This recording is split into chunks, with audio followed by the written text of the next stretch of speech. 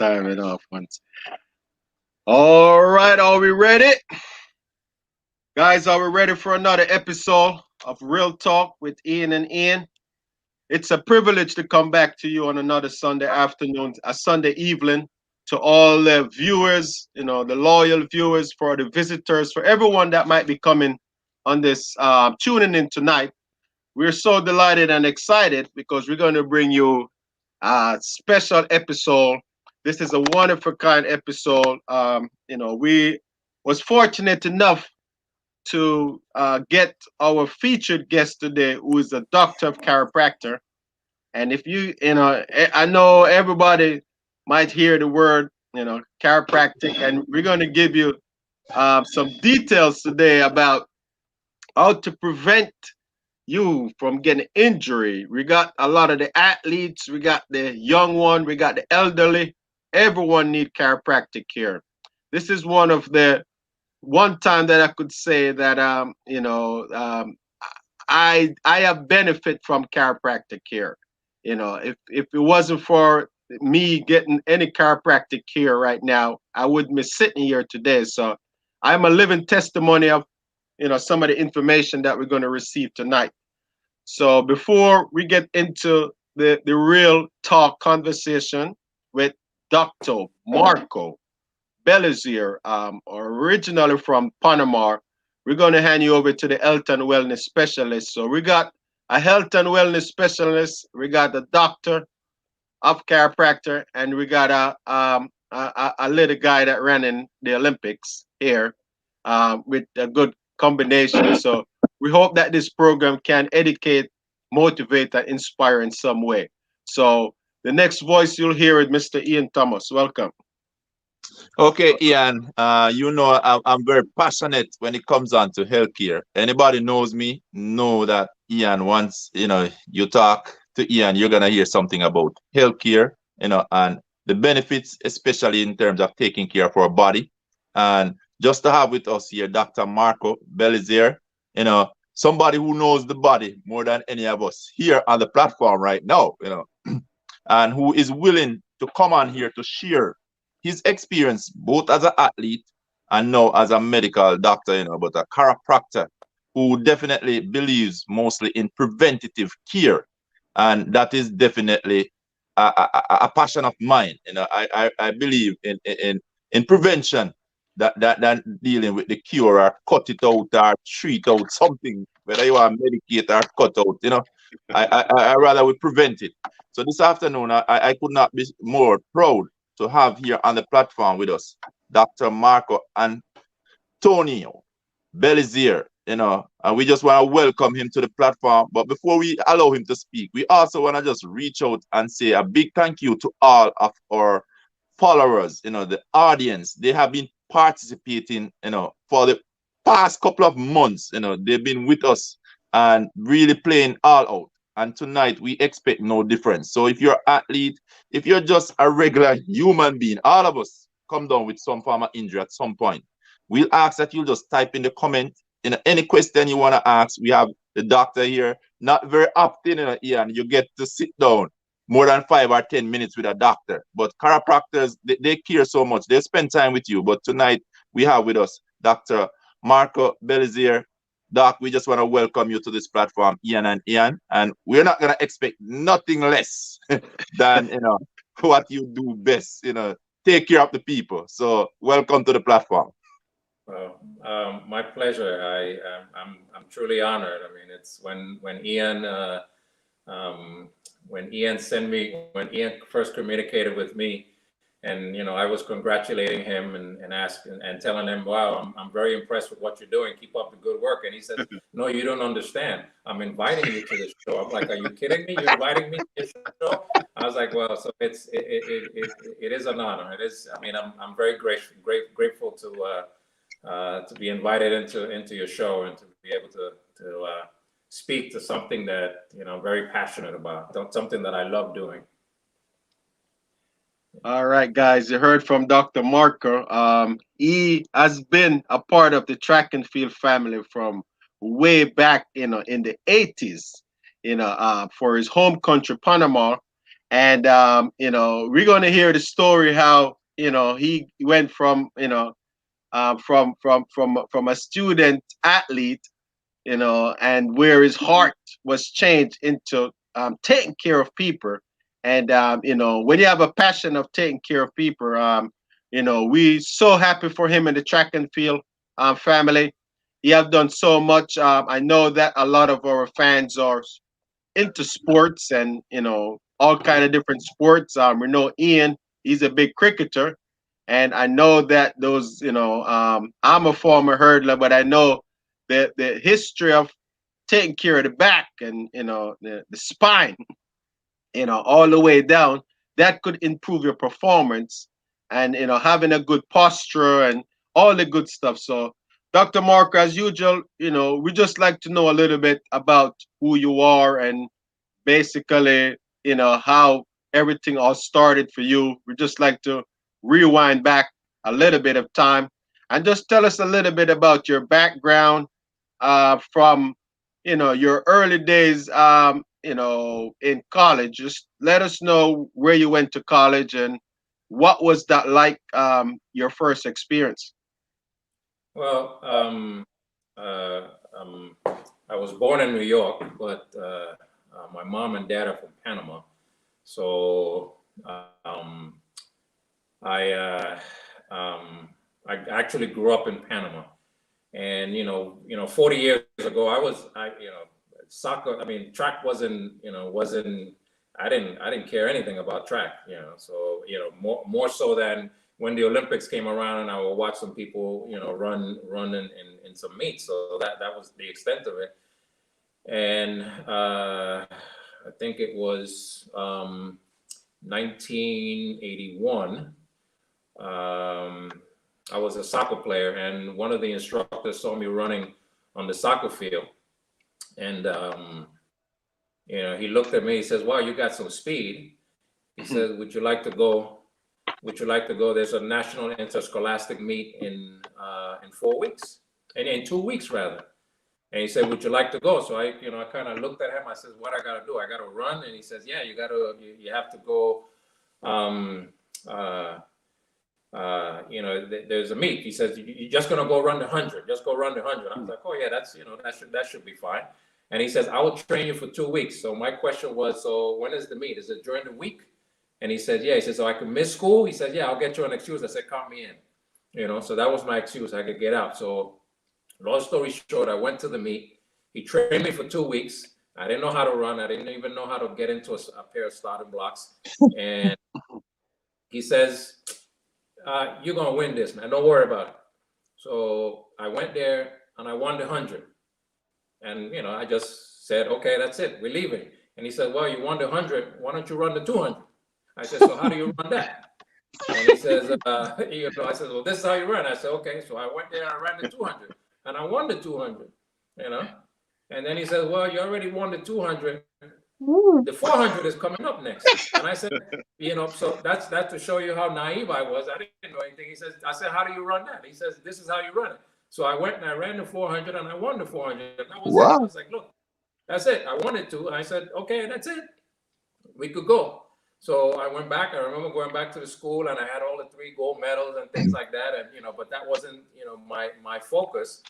And then I enrolled in college in Panama. And, now I'm starting to think is, okay, soccer wasn't big in the United States 40 years ago. So I'm thinking, okay, how can I get a scholarship to come out to the States? And then I started to think about track.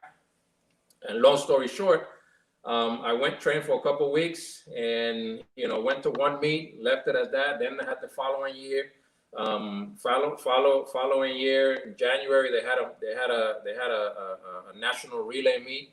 And I went to the national relay meet, and then they said they were going to have a special 100-meter Century Classic.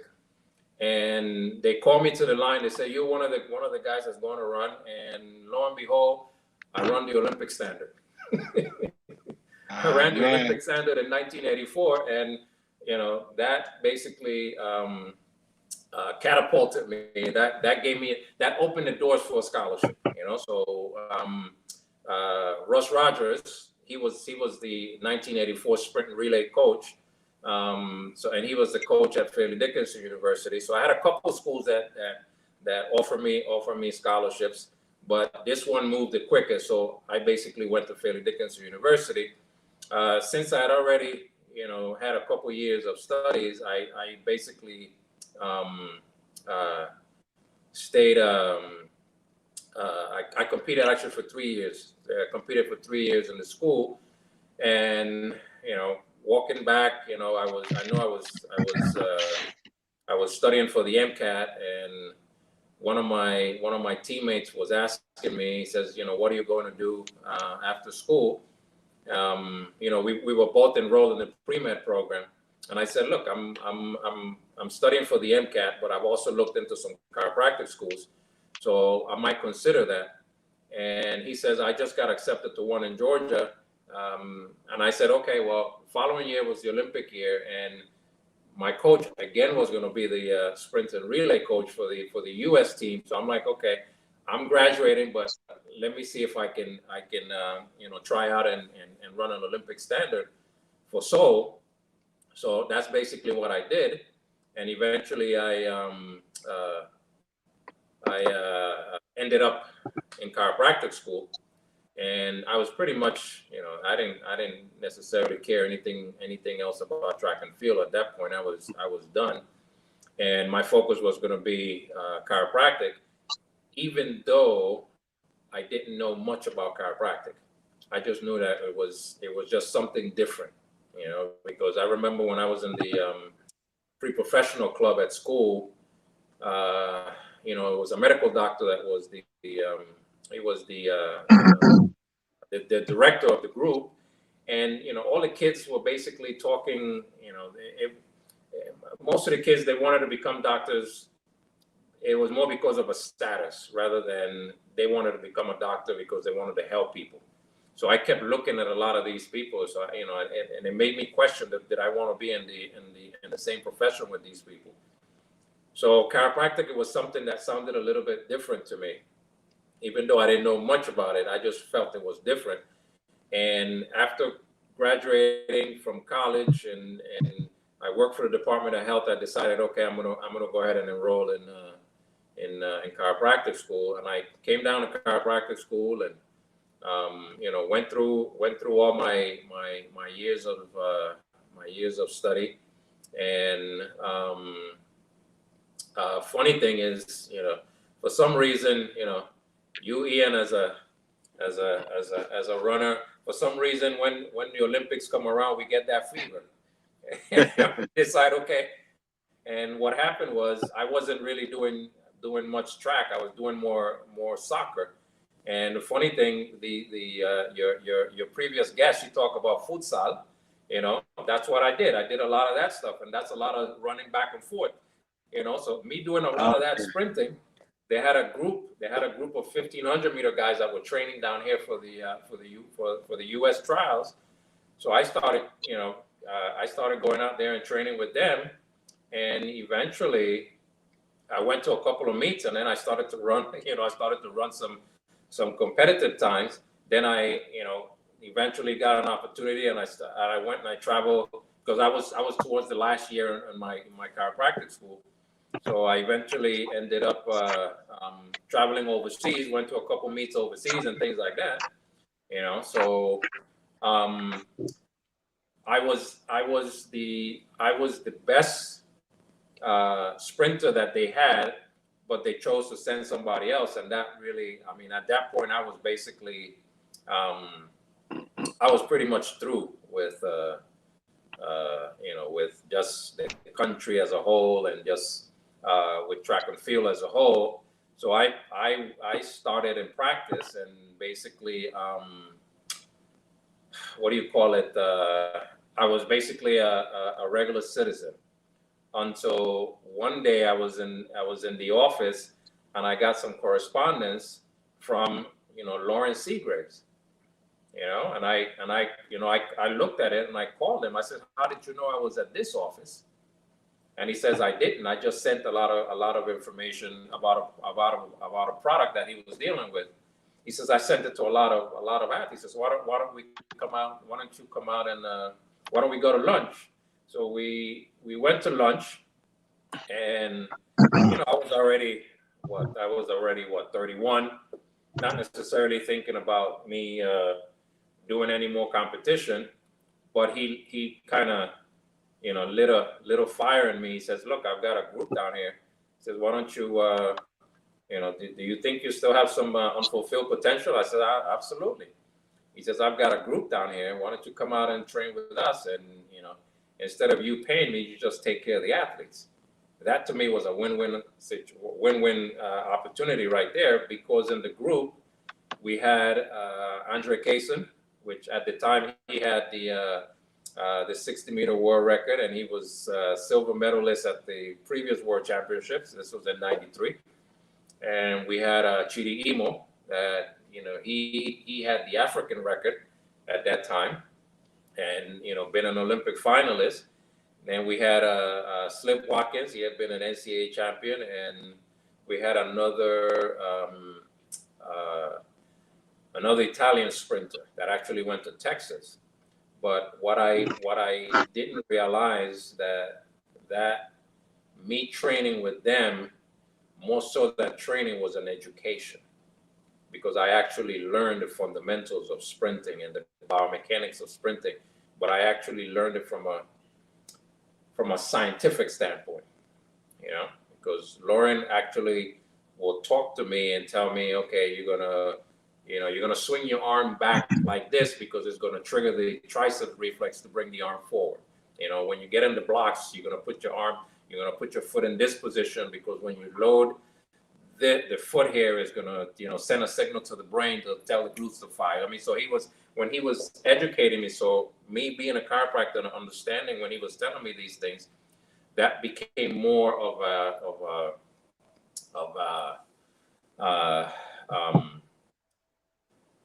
it was a teaching tool for me.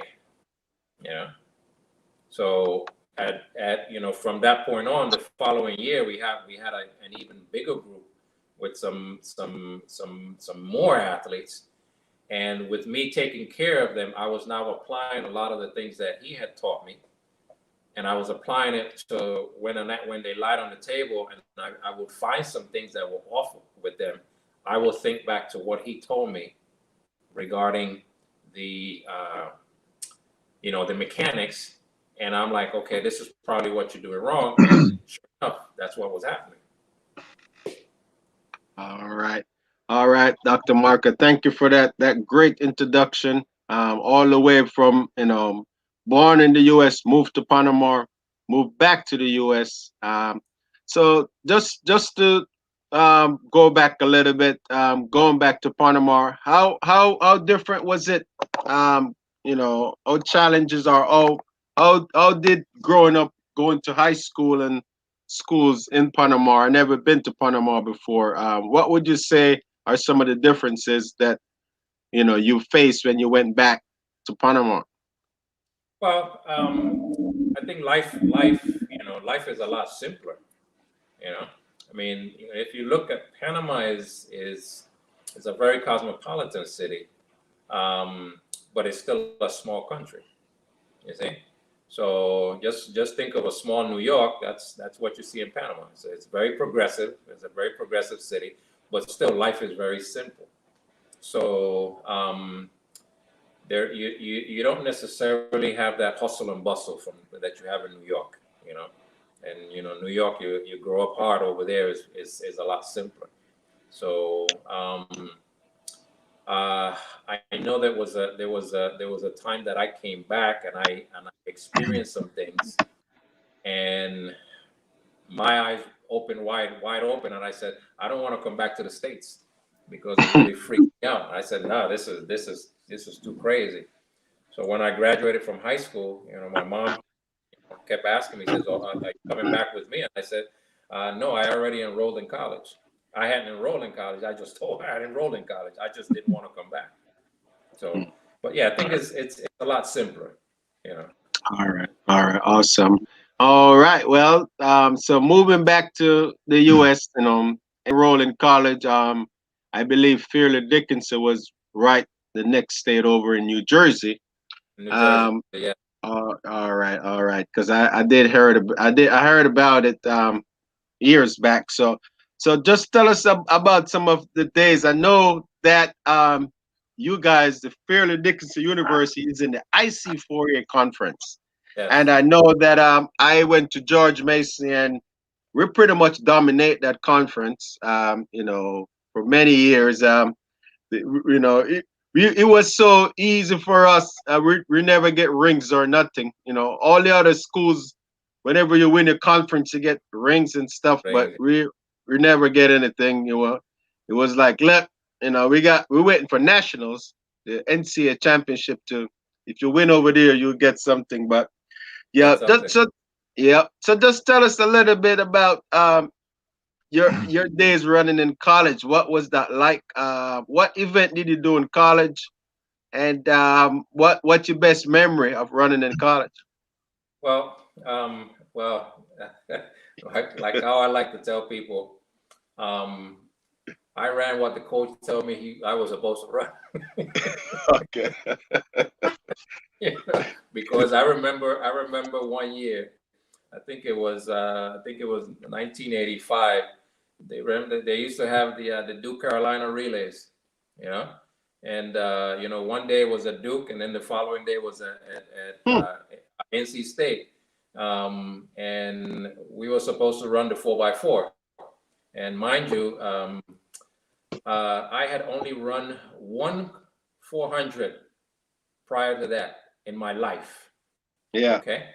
And I actually ran 49.95, and at that time, Seton Hall with, Coach Bauman and Baskin and all these guys, they were, one of the top teams in the nation. And we were supposed to run against them. And, so then the coach says, okay, he decided he wasn't going to put the quarter milers on the team. He was going to put the short sprinters. And I looked at him like, why?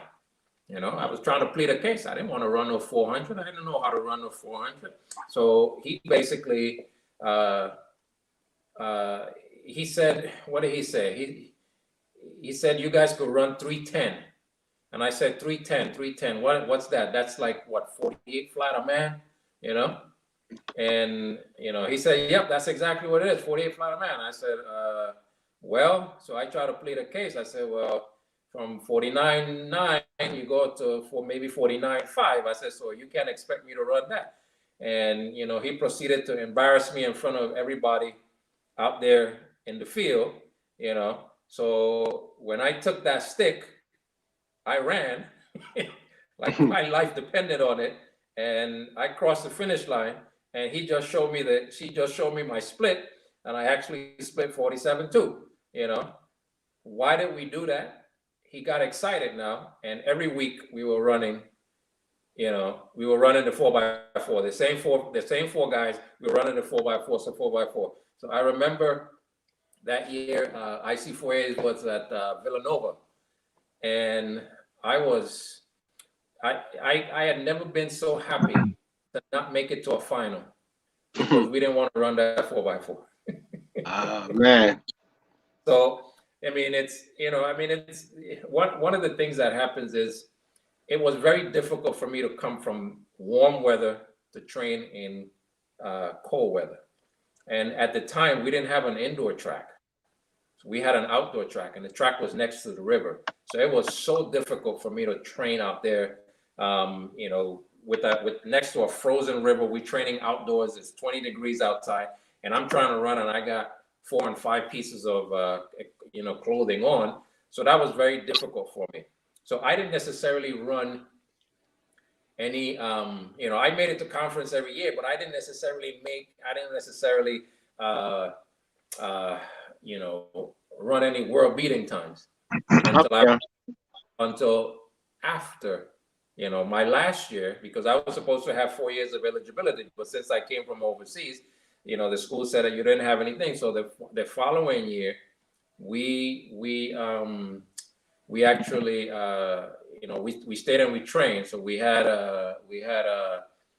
Candy Young, that she had made the 1980 Olympic team, and we had Diane Dixon. She actually trained we all trained together, and we had another, she was a high school phenom at the time, and she became, I think she eventually became NCAA champion too, Dawn Bowles, and Okay.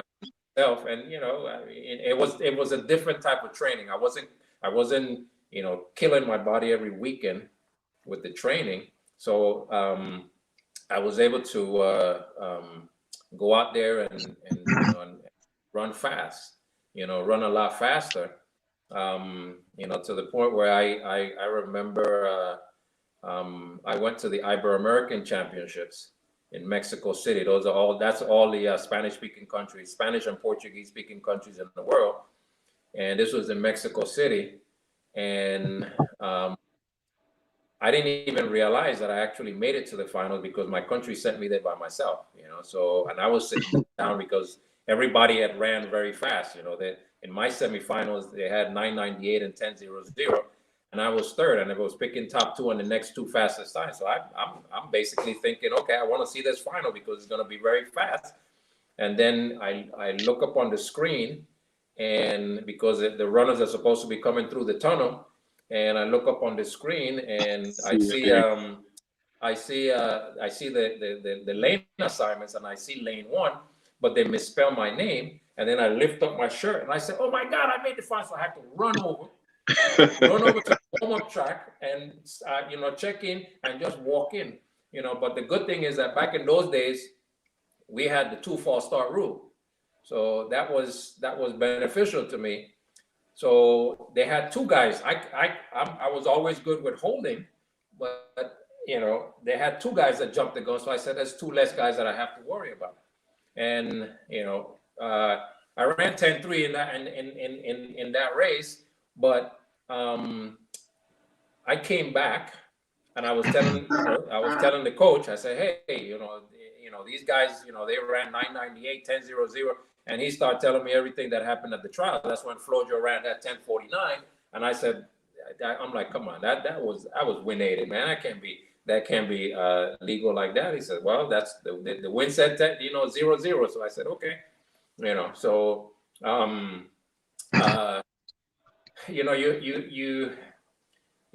in regards to college experiences, we ran so much in college that, I tell people Advil came out on the market when we were running, okay? And we knew we were going to get a headache after the meet, so that's what we were doing. We would take the Advil before the race because we knew it's like, going to be hurt, so take something that's going to help you with that.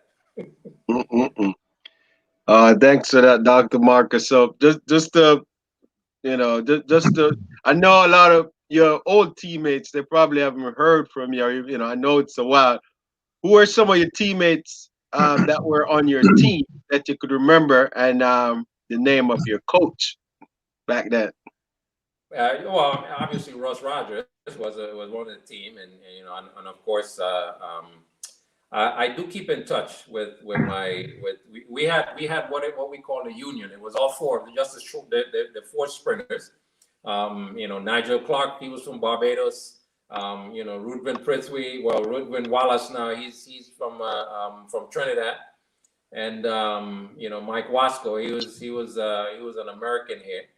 But also, I had several other of my teammates, Jama Aden, Jama? Yeah, Jama was my teammate. Yeah, Jama was my teamate. Yeah, that was one of the first ones. So what he did, transfer to George? Did Jama? He went to George Mason too? No. It's Abdibile that was at George Mason. Oh, Abdibile, but they're both from Somalia. But Jama was from Somalia. Jama was from Somalia. Okay. Yeah, and then we had Jimmy Igohe from Tanzania. All of both of these guys, these were 84 Olympians, semifinalists. I think in the 1500. Trying to think who else.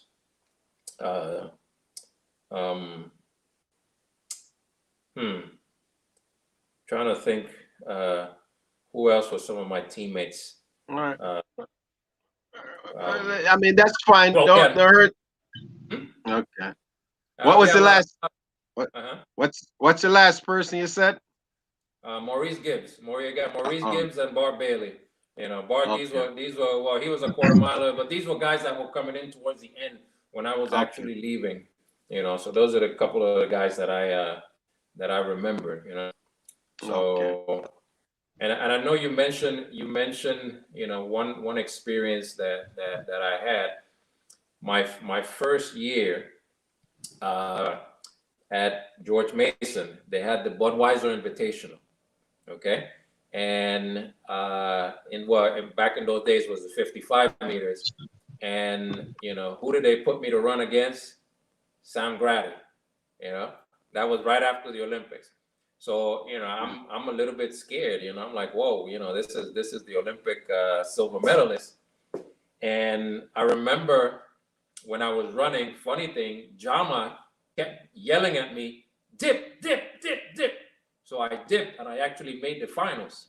So I was very excited. So that was a very interesting experience that I can remember right now. I mean, mind you, I've been out of college 34 years, 35 years.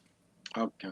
All right. So the next question, and then I'm gonna let you get over here to the health guy. You got some health related questions. So if you were supposed to, just looking back at it, would you done anything different now? But just when you went to college and the path that you take, do you think that if you could relive that, you would have done it different or the same?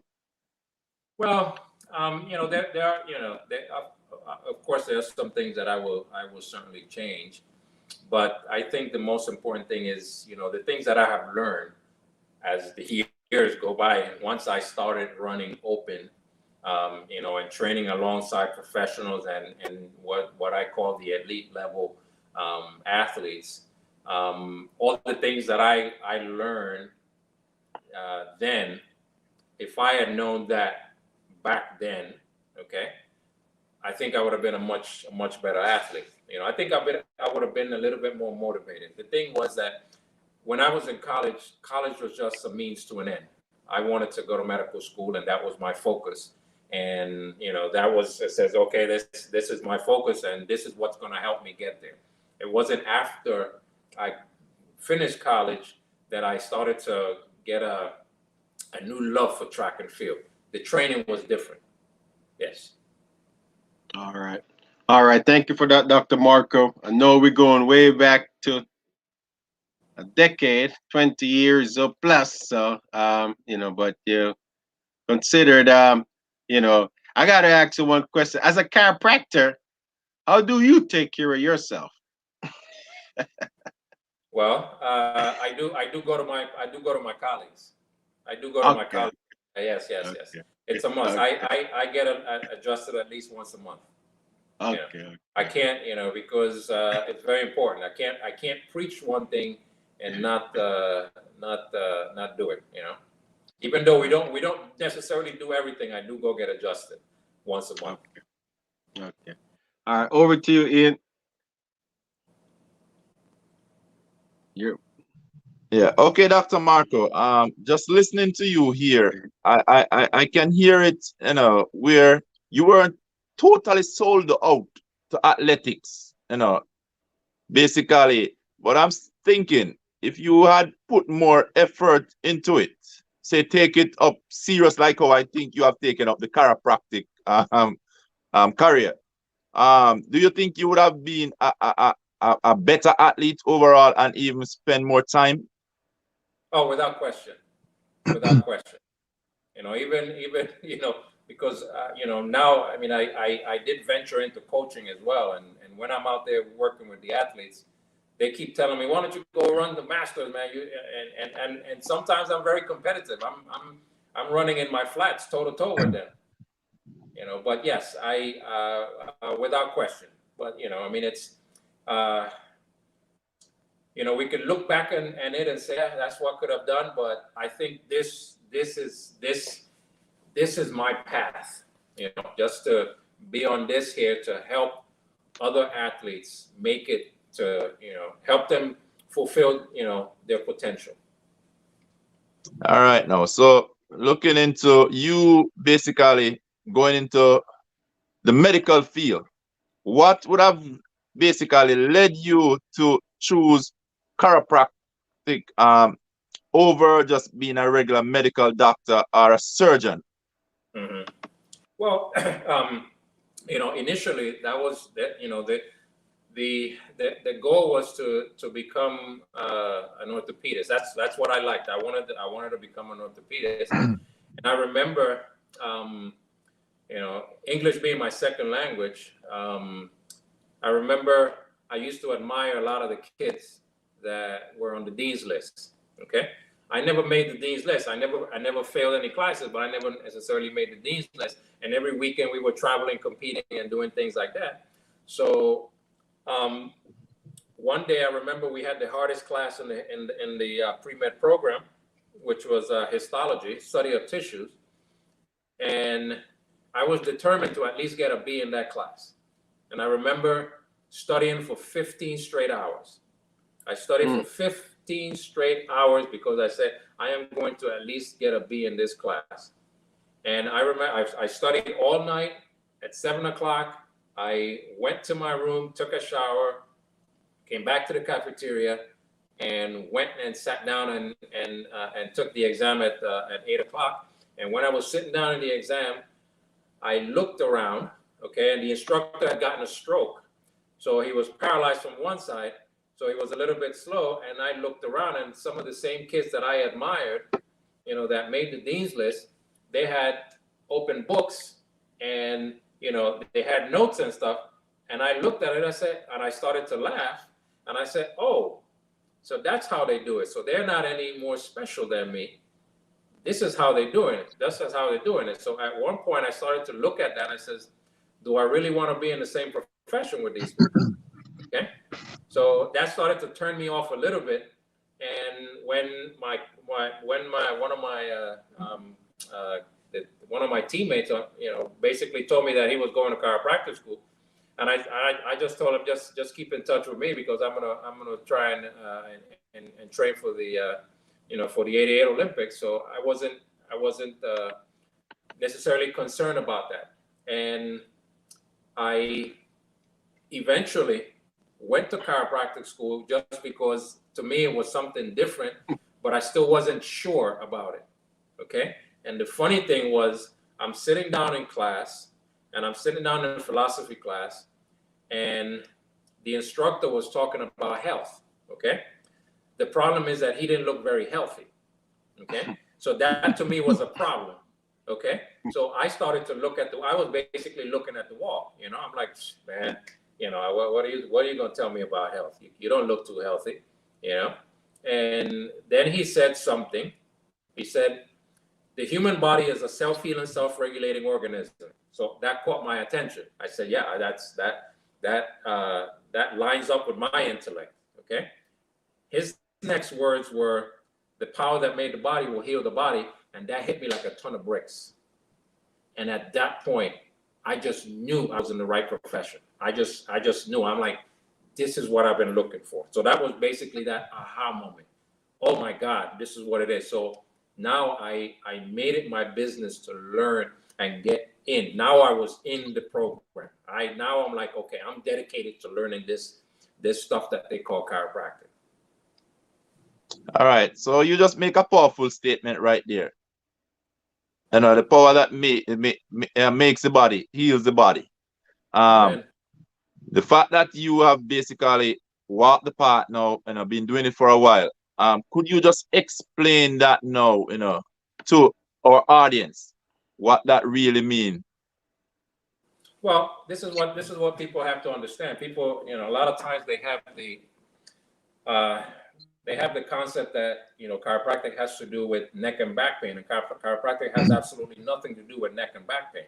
What we have to understand is that what we're dealing with as chiropractors, we're dealing primarily with the nervous system. Why the nervous system? Because the nervous system controls and regulates every single function that takes place in the body. Everything you think, feel, or do, your nervous system controls it. This we're doing through the spine, okay? But what we have to understand that the spine is a very flexible structure, okay? And because it's a very flexible structure, it's also been designed to be maintained from an early age, okay? But the other thing that we also have to understand from the spine, especially when we're dealing with athletes, that your extremities are extensions of your spine. That's the reason why we talk about proper foot strike, okay? Because when you stand in the base of your spine are your feet. So any imbalance or any incorrect foot strike is going to translate all the way up along the kinetic chain and create an imbalance in the pelvic area. Same thing with the arm swing. You know, if your arm is coming across the body, understand that shoulder muscles are the only group of muscles that attach directly into the entire spine. So you do this, you're directly affecting the spine, okay? So because the spine is a very flexible structure, it's also been designed to be maintained from an early age. So as a result of the flexibility, it becomes susceptible to different forms of stress or trauma, okay? So you have physical stress. We're talking about athletes. Every single day that an athlete goes out to practice, what are they doing? They're beating up their body, okay? So they're putting a tremendous amount of stress on the body, okay? So a slip, a fall, an automobile accident, the positions that we put ourselves on a daily basis at work, lifting objects incorrectly. So they could go in the gym and be lifting weights incorrectly, okay? That's putting direct stress on the spine, okay? Not getting adequate rest, okay? That's how the body heals and repairs. On that same token, you also have chemical stressors, things that we ingest on a daily basis. Tell an athlete that's in good shape, and I'll give you a funny story. When I went to the World Indoor Championships in '95, I walked into the cafeteria with Sunday Bada, you know, Sunday Bada from Nigeria. He was the favorite to win the 400. Okay, and we all walked in and we grabbed our food and we sat down.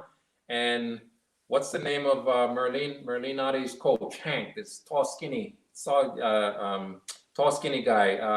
Hank, can't remember his name. Okay, he walked over to us. He said, "Hey guys, how you doing?" He sat down. He started chatting, you know, and he looked at Sunday, you know. So he had, you know, a plate with rice and salad and chicken. He had a big piece of chicken with a whole bunch of gravy on it.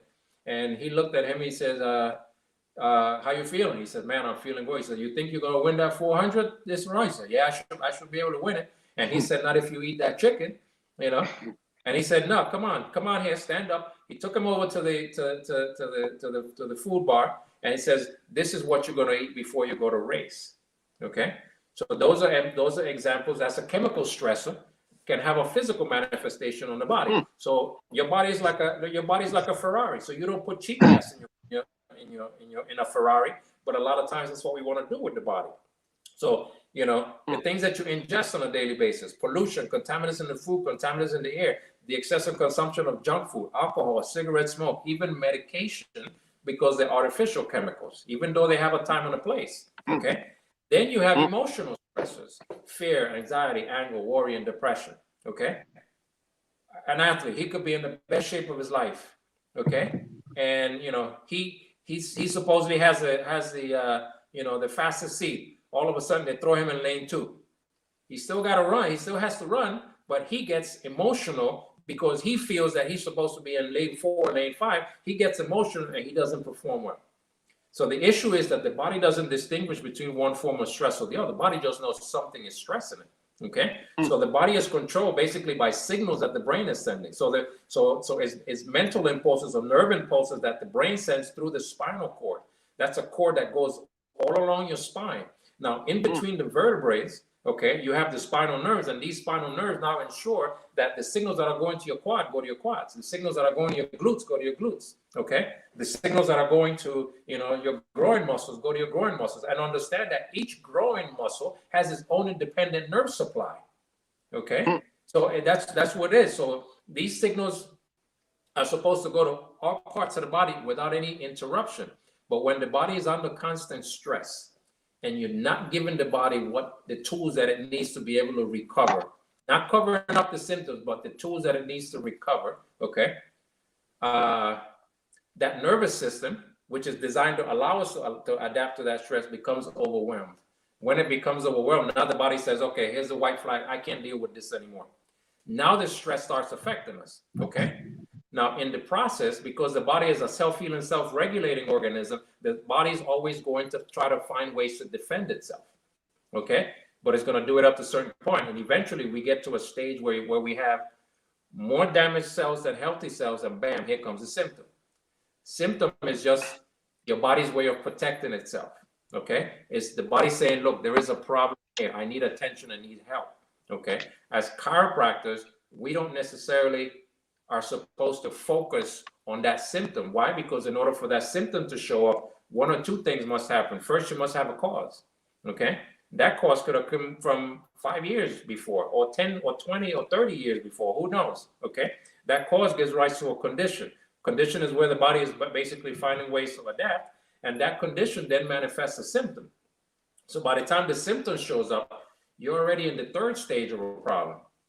And typically the very first thing that's going to disappear is a symptom. But because we live in a very symptom-driven society, we always assume that whatever was ailing me disappeared, that must be better.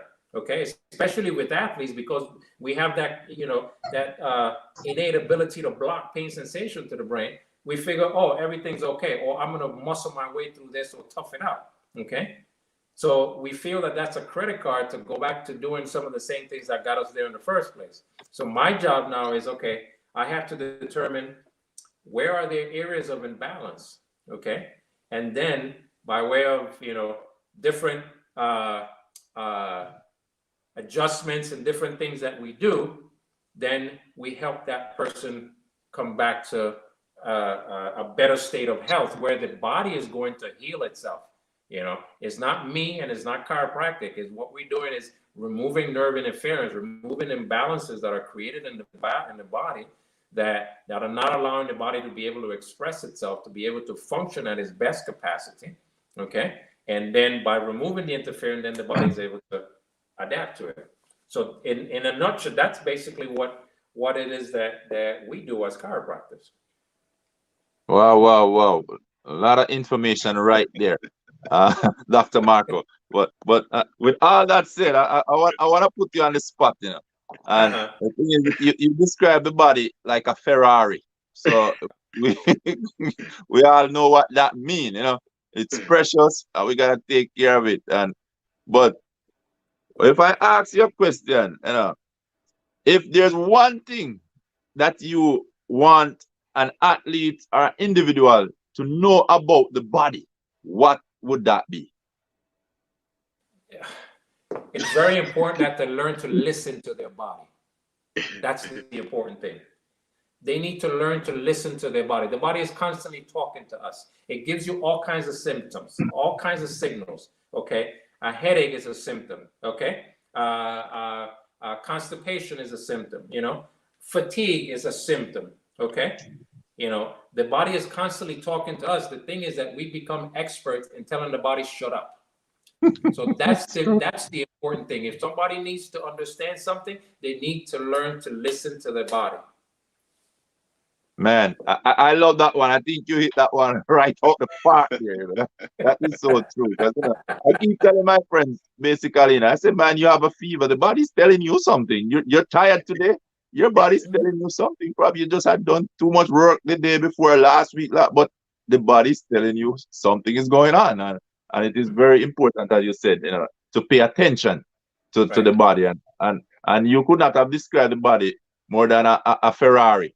Because, if you hear a little sound in it that don't sound too right, you need to stop that car, pull over, and call the expert in. Because, it's going to cost you too much to get it back running if something should go wrong with it. So, I really like the way you have put it. And with that, I just want to ask you, could you just tell us one thing you love about working with athletes now? Because we know athletes basically probably suffer some of the most uncommon type of injuries. It's surprising some of the injuries that athlete will come down with, versus somebody regular. Most of us out there, little backache and little strain and whatever, but an athlete at times comes down with some serious injuries. So what is it that you like best about working with athletes? Well, obviously, being able to see them come back to performing at a high level, especially when they've had an injury and they've been following old protocols and incorrect protocols of care. Okay, and one of the things that I focus on with the athletes is educating them so they understand what it is that's happening with their body, where it possibly came from, okay? What was it that they were doing that triggered it, okay? That's the reason why, when it comes to track and field, I think I have an unfair advantage, when it comes to a lot of chiropractors, because I understand the biomechanics of running, okay? I understand when you're doing some things incorrectly, how that's going to trigger a cascade of things. Okay, so the funny thing, especially when I get high school athletes in here, and the athletes, get on the table, and I start evaluating. Well, first they give me the history. So based on the history, I will put myself first in their position as an athlete. Then I put myself in the coach's position in regards to, okay, what is it that the coach has probably been telling you to do? Okay. Then based on that, then I put myself in the chiropractic position to now evaluate to see what all is going on. So once I find these things, a lot of times I start pointing out to them, you're doing this when you're running, your foot is doing this foot is doing this other foot is doing that, your arm is doing this. And they keep looking, and sometimes their eyes skin up like that. And they say, what, you've been talking to my coach? I said, no, I haven't been talking to your coach. I said, your body told me all your business once you got on the table. You see? So I think that's one of the things that I understand, best when I'm here working with the athletes. So an athlete will come in and understanding, okay, I heard I'm going to look for certain movements that they do. A short sprinter, I'm going to do this. A long jumper, I'm going to do this. Okay, I'm always asking, okay, which is your lead leg, which is the trail leg? Because that tells me a lot in terms of, okay, biomechanically, this is what you're supposed to be doing. Okay, and at times, I mean, it's, I remember one time one triple jumper, two-time Olympian, Cente Bell, he kept having a lot of issues with his fibula, the bone on the outside of the knee that goes down to the foot. And I kept adjusting, and trying to figure out, okay, why this thing keep coming out, keep misaligning so much, and we keep adjusting, and sometimes it's tough, and other times, most times we're able to get it. So one U.S. Nationals, I got an opportunity to room with the actual guy, Dr. Ramey, may he rest in peace. I got an opportunity to room with him, and he's the one that actually filmed the jumps at U.S. Nationals. And he showed me Kente's run down the runway, okay? And sure enough, we saw in that second phase how when he planted, how the entire leg collapsed, okay? And when we took an x-ray, we found a spur on there, and I was like, oh my God, that's exactly what's happening. Okay, so those are some of the mechanical things that they're doing correctly. So why I love it so much, because I'm able to explain to them. Okay, so if the athlete has a visual as to what it is that they've been doing incorrectly, that has them in here with either an injury or some type of imbalance, then they're able to go back out there and correct that. Because I don't necessarily want an athlete in here when he's all broken down. That's more work for me. I want, it's, you're the Ferrari. I want to keep you fine-tuned, basically. How important understanding the biomechanics of the body is to an athlete? You become a better athlete. If you understand mechanically how to run, you become more efficient with your movements out on the track. If you don't understand, some athletes are so talented that they can get away with it. But if they understand a little bit, okay, about the mechanics, how to go over the hurdles, or how to swing the arm in one position, or why planting the foot on the ground the correct way is going to help you. Okay, that makes them not only a better athlete but a more efficient athlete. All right, thank you very much for sharing all those details and deep, specific. Ian, back to you there. Hey, Dr. Marker, we're doing a real educated and motivation session right now. So I'm just so happy that all the viewers that might watch that podcast here, this Real Talk episode, this is first-hand information. You're getting the information from a former athlete that is transformed his career over into chiropractor. So with that said, Dr. Marker, you being a former athlete, and I know Ian asked you a similar question. How would that make you a better chiropractor? I know you somewhat said you have an unfair advantage to other chiropractor, but from your standpoint, how you able to treat your athlete better, knowing that you was a former athlete yourself? Well, again, if we understand, okay, that's one of the things that I certainly appreciated when Lauren was coaching me. I appreciated that simply because he was talking to me from a scientific standpoint, and that basically translated a lot of things into my mind. And during that time, I was also going to get adjusted by actually one of my instructors. And when I went to get adjusted by him, he was also teaching me some things in terms of adjusting the extremities. So what happens is, the minute somebody comes into me and tells me, let me give you this example, I'm getting shin splints, okay? Right away, I'm thinking, okay, you're probably plantar flexing when you're running, okay? You're running on your toes and you're stabbing the ground. And because you're stabbing the ground, you're shutting down the tibialis anterior and posterior muscles. And when you're shutting down those muscles, the talus, you have no support, so the talus kind of slip forward. So now you restrict dorsiflexion. So now the shock is no longer absorbed in the joint itself, so it's more absorbed in the shin, and then you start to get that pain in there. The periosteum basically gets inflamed, and the inflammation basically starts to give you the pain.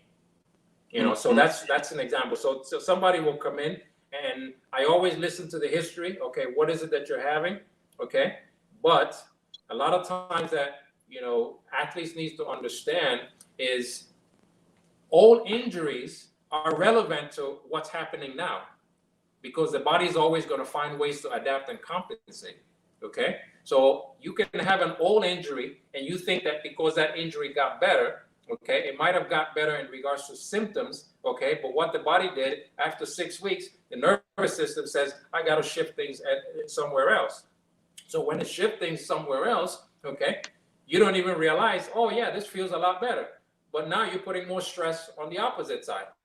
And by putting that stress on that opposite side, now something else shows up and you think, oh, here's the problem. Here, I've got this problem here. And you tell them any other injuries and they keep saying, no, no, no, no, no.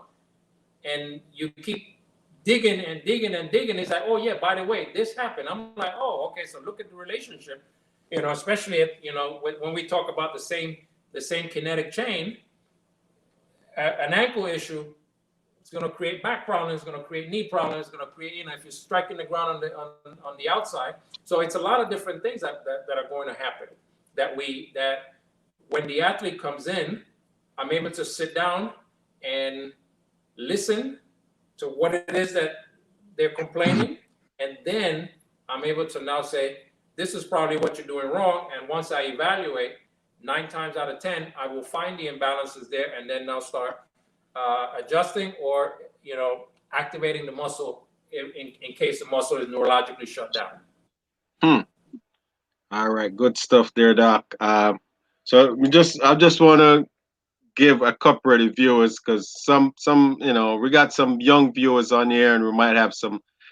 Tell us exactly from your version, what's chiropractic care? What would you say? What type of service is chiropractic care in your own version? you know, it's basically the analysis, the analysis of the articulations of the spine and the extremities, okay, to determine where they are imbalances, okay. That's basically what the chiropractic services is, and we address those by basically delivering a specific chiropractic adjustment. Once we it's a system of analysis that we use to determine where the imbalances are, and once we determine where the imbalances are, we deliver a specific adjustment to whichever segments are in balance, okay, either by way of instrument or by way of certain tables that have special levers, okay, or manually, okay. But one of the things that people need to understand that when we deliver the manual adjustment, the sounds that they hear, okay, it's just a cavitation. That cracking sound. All joints in your body have capsules, and these capsules have synovial fluids, which is a liquid that lubricates it. This liquid has a combination of gases, okay? So when we make the adjustment, okay, we bring in that joint through what is known as the paraphysiological zone, okay? Once we get it to that zone over there and we introduce that slight impulse, that creates a cavitation. When the gases are rushing in to fill that gap, that's what makes that popping sound. That people say, my bones are popping, and but it's not bones that are popping, it's just the exchange between the gases in the joint capsule and the adjustment. Man, that's funny because that's what I was going to actually explain. That popping noise, Right. when you get on the table and, that you get that adjustment. And sometimes you don't hear the noise. What's the difference when you hear it and you don't hear it? What do you think is... The sound is independent of what's going on. Some people, you hear a loud sound, he says, man, I was really stressed. And others don't hear anything. He says, come on, doc. Come on, doc. Come on now, you're cheating me. And you know what we call those? Yeah. They're addicted to crack. Okay. They just want to hear the pop. They just want to hear the pop. Some people love to hear the pop, okay? Others, especially in the neck area, they don't like to hear it, but the sound is independent. The sound has nothing to do with you have more going on or less going on. Yeah, okay. Yeah, I mean, it's just good to explain that for us because I never thought about it. I know that when I'm stretching myself and I hear the popping noise, sometimes I'm doing that crossover, the Right. knee over the body, and I Right. turn the opposite direction. I like to hear that pop. It tells me that I'm really. In my mind, I'm assuming that I'm stretching and it's stretching the muscle, the popping. Well, It's what you're doing there, I don't mean to cut you off. What you're doing there is by stretching, okay? Just understand, the spine is a unit, okay? When one area is not moving correctly, others are going to find a way to compensate. So that compensation creates stress in other areas. That stress is more of a compensation, not the primary problem. So when you're stretching and you hear that pop, that's just the body working to release some of that stress that's in that area. okay. Awesome. Well, thank you again for that. And we're going to talk a little bit about pain management. I know that you part of your expertise is to prevent injury and to minimize pain management. So what type of for a strained hamstring or or something is off, like a patient, you come in and one feet is longer than one. What type of signs are those in terms of and how long would it take for you to actually get that adjustment back to normal where both feet are on the same length? Well, one of the things that we have to understand is this. Let's go to the leg length discrepancy. That's one of the forms of analysis that we utilize. And just understand that muscles support the entire skeletal system. Okay, and muscles have a lot of specialized receptors. So now, when you have an imbalance, okay, the body is trying to protect, so it shifts things. okay? And that's typically what you will see. You will see that leg length discrepancy, okay? When we see that leg length discrepancy, now that's part of our job to create a balance by way of adjusting, whether it be the lumbar spine or the sacroiliac spine or the iliac spine itself. You know, that's what we're looking to correct. Okay. Now, what we have to understand also is this: muscle memory and adaptation. Okay, because I can adjust it now, but you know, the body might hold that adjustment for about an hour, or it might hold it for about a week, depending on what it is that the person has been doing that's triggering it. Okay, so the person also has a responsibility to make certain changes outside of the office, because if I adjust and you're not making the changes, you know, all I'm representing is just a very expensive aspirin, and that's not the goal. So now let's go back. Let's go to you know, you talk about hamstring injuries. Okay. So let's talk about, you know, something called Sherrington's law. Okay, Sherrington's law basically states that when a primary muscle contracts, it reciprocally inhibits its antagonist. Okay, and vice versa. Okay, so it could carry through. It could carry through the motion. Okay, so now to give you the example, when the quad muscles fire. Okay, the quad muscles fire, the quad complex reciprocally sends a signal to the hamstrings to relax so it can carry through the motion.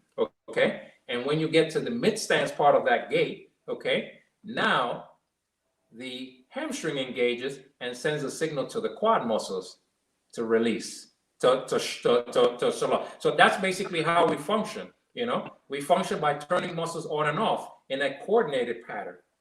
Okay, but what happens is this: when the quad complex is off, again, when we talk about off, you know, the brain neurologically, proprioceptively shuts the muscle off. Okay, so when the quad muscle is proprioceptively inhibited, okay, when you fire the quad, is not able to send a signal to the hamstring to relax, so the hamstring is engaging through all different planes of motion. Okay, so the hamstring gets tight. Okay, so you continue to treat the hamstring. Okay, but the issue is not in the hamstring. The issue is with the quad that's shut down. That's not sending the signal for that muscle to relax. So that muscle, so it keeps reoccurring. It keeps reoccurring, and people keep, you know, let me get in there and dig in and stretch it and do the therapy and things like that, and it keeps reoccurring. You basically hit what is known like an unacceptable plateau, is because that muscle is neurologically inhibited. So part of what I'm, you know, trying to explain to you guys here is we have to change the paradigm of how we look at injuries and how we deal with basically pain and adaptation. Okay, because we always, again, pain is the body's telling us something is going on. It doesn't tell you what's going on, doesn't tell you where it's going on. It's our job to now go and determine where it's happening. Okay, so we keep treating the hamstring. Okay, but in essence is the quad complex that's shut off. All right, thank you again, Doc. I want you to explain this here for me and for some of the viewers, because we have heard athlete like Usain Bolt, he's diagnosed with scoliosis. Scoliosis, and yeah. How do you treat something like that is not curable or not? I don't know. Yeah, you could correct me if I'm wrong, but I think that it's something that flared up, and from the best of my knowledge, that it's, at some point every year the athlete is going to experience some form of discomfort that is hard for him to tolerate. So what's your take on that treatment plan, that for someone that comes in and tells you up front that that's Okay, so let's think about, so this is a spine. Okay, when you look at the spine, if you look at it from the front, everything is supposed to look aligned. Okay, yeah. When you look at it from the sides, you're going to see curvatures. Okay, the curvatures are there to act like a spring coil, okay?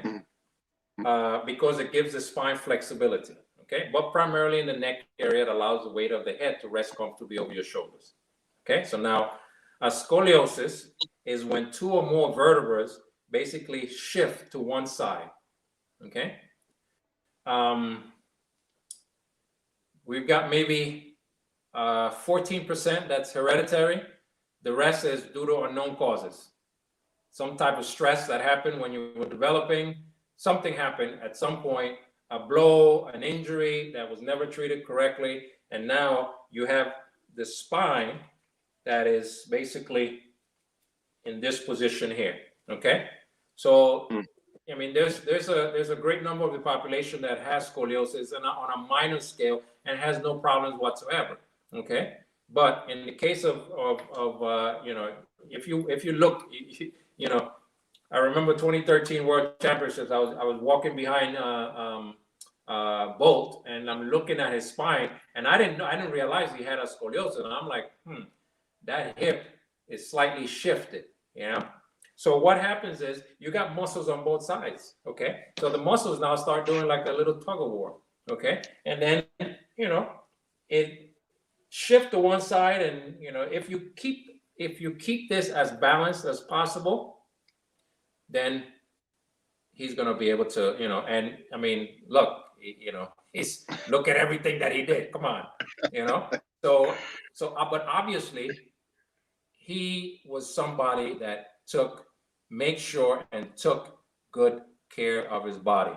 Even though he had that, he was able to make sure to take proper care of his body, okay, in and out of the track. So that's the key thing. So you have that slight imbalance, and yes, if you don't do anything, muscles will basically shut down and start forming scar tissue, and now restrict the movement and basically alter your gait. When they alter your gait, then you know, either you become very good at adapting, okay, or you basically hit a glass ceiling and it says, okay, this is as far as I can go. So yeah. All right, thank you for that. So I'm assuming that would be in the classification of a chronic illness, right? Yeah, I mean it becomes chronic, yeah, after a while, but not necessarily an illness. It's just a biomechanical imbalance. You know, I won't necessarily call it an illness, okay, unless something that unless it's something that you know, you have an increased curvature. You know, an increased curvature. We're talking 40 or 50 degrees. Then that could be putting a little bit of pressure on the organs. Okay, so at that point, that's when they recommend, you know, perhaps you know, the surgery. However, there are specific chiropractic techniques that even work with adults to help correct, you know, a lot of the scoliosis. Yes. okay. All right. My next question is, so in terms of a care plan, what would be a starting point for someone that you know, is an athlete, or you know, someone that's a mom that is have to bring around a baby a lot and doing a lot of lifting? What kind of treatment plan would be something that you recommend for somebody that they're not feeling any pain, but they want to go through some preventative issues, especially for a mom that has two young baby that has to walk around, you know, and hold it and do a lot of lifting? Right. Well, I mean, obviously, in my opinion, the care plans vary from person to person. Okay. When somebody comes in, we obviously have to look at the history. Even though they have no symptoms, you know, we still got to look at the history to see what old things that they might have had. Okay. And when they look at those old things that they might have had, or those old injuries, once I evaluate, either that will confirm or negate, you know, some of the things that they have said. And once we address that, okay, then we begin. I tend to adjust on the first visit. Okay, so when you come in, I evaluate, I check on some things, and I adjust, okay? And once I adjust, I give you just a few recommendations once you leave out of here, because I want to see how is it that your body's going to respond to what it is that I just did, because that lets me know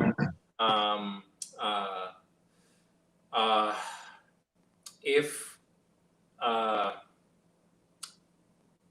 the adjustment that I did is the correct adjustment, or do we need to I need to implement something different. Right. All right, thank you. We're going to take a question from one of our viewers right now. We got some viewers out there that, as not as knowledgeable as some. So, Mr. Gary Barnes here, he want to know the difference between a chiropractor and a physiotherapist. Well, a lot of the one of the things that a lot of people as chiropractors, we also get a license as a physiotherapist to work, but some of us just choose not to do physiotherapy. I prefer to have the physiotherapist do actual physiotherapy, and I like to stick to what it is chiropractic. With chiropractic, like I was mentioning, we're focusing on the correction of imbalances within the articulations of the spine and the extremities. And a physiotherapist is going to focus on, they're going to focus on movement, on rehabbing injuries and things like that. Some physiotherapists also do manipulation, but it's completely different than the chiropractic adjustment, And one thing that's important to notice that one thing is to mobilize a joint, okay, and there's another thing to stabilize a joint. So if you mobilize a joint but you don't stabilize the joint, okay, you're predisposing the person to injuries down the road. So the body is going to find ways to adapt, okay? So joints will get stiff, muscles will get tight, and that's basically the body trying to protect, okay? So if you loosen that up but don't create stability, okay, then we can create more problems down the road. All right, well said. Thank you, Doc. I hope that helped Gary also. Yeah, and just to piggyback a little bit on what he's saying also in terms of a tendonitis, who's better to treat a tendonitis? Is it the same in terms of being a chiropractor or physiotherapy, since the tendonitis is a bit more bone structure? No, actually, no. Let me kind of, I'm gonna break some things down to you, okay? So again, muscles are the supportive structure of the entire skeletal system, okay? Muscles have a lot of specialized receptors, okay? So when you stress a muscle beyond its ability to adapt, okay, either due to lack of conditioning or the stress is too severe for it to handle, one or two things are going to happen. Either you're going to tear that muscle, and or before you tear the muscle, the brain sends a signal and neurologically shuts that muscle down, okay? So proprioceptively, that muscle is not firing at 100%, okay? So passive range of motion is good, okay? If you put any stress on it, okay, the muscle will give way. If you add more stress on it, okay, then it will give you pain where that muscle attaches. So that's the common cause of either joint pain or muscle pain, okay? So now what happens is when the pain shows up, okay, the brain now has to create a strategy of adaptation. How is it going to create that strategy of adaptation? By basically taking the stress, okay, off of that injured muscle, okay, and shifting the joint and the angle, okay, in a different position. And by doing that, places that load on another muscle, okay? So if we are successful in that adaptation, the pain is going to go away, okay? But what's happening now? We're adapting. Okay, so when you adapt, you're going to lose a certain level of efficiency. Okay, so that could be out on the field, or that could be just at home, just doing things at home, or even at work. Okay, so now what happens is you basically go from, so the body keeps going from inhibition to adaptation, to inhibition to adaptation, to inhibition to adaptation, until the body runs out of places to hide these adaptations. Then you end up with something chronic. Okay, when you end up with something chronic, okay, that's when you get the diagnosis of tendonitis, capsulitis, or bursitis. Okay, but what I submit to your consideration is inflammation has nothing to do with it. Okay, the inflammation is what's going to trigger pain. So after 6 weeks, okay, that's more of a chronic problem. Okay, so that's something that's been there. So what happens is when you look at joint stability, okay, you have passive stability, you have active stability. Okay, passive stability comes from the ligaments, the tendons, the joint capsule, okay, and the bone itself, and that's designed to work at the end range of motion. Okay, so when I'm bringing my arm in this position, okay, my muscles engage. When I'm coming to the end range of motion, that's when the ligaments and the tendons are coming into play to basically to prevent dislocation. Okay, that represents 10 to 20% of the stability of the joint. Active stability comes from the muscles. Okay, that represents 80%. So the minute you engage the engage in action, the muscle is supposed to engage. However, understand, if the brain has shut down a muscle, okay, proprioceptively, is not going to allow that muscle to engage because that muscle can't stabilize the joint. So what's going to do a lot of the work? The ligaments and the tendons. So they're going to become inflamed, and that's going to trigger the pain. Okay, so pain has a purpose. Okay, the problem is that we want to deal with that. And it says, okay, let's give some anti-inflammatories to bring down the inflammation. Okay, yeah, you bring down the inflammation, but the problem is still there. Okay, so from the standpoint of the chiropractic work that we do, okay, we try to see what's going on in that area that's creating an imbalance, and we will address that. Okay. All right.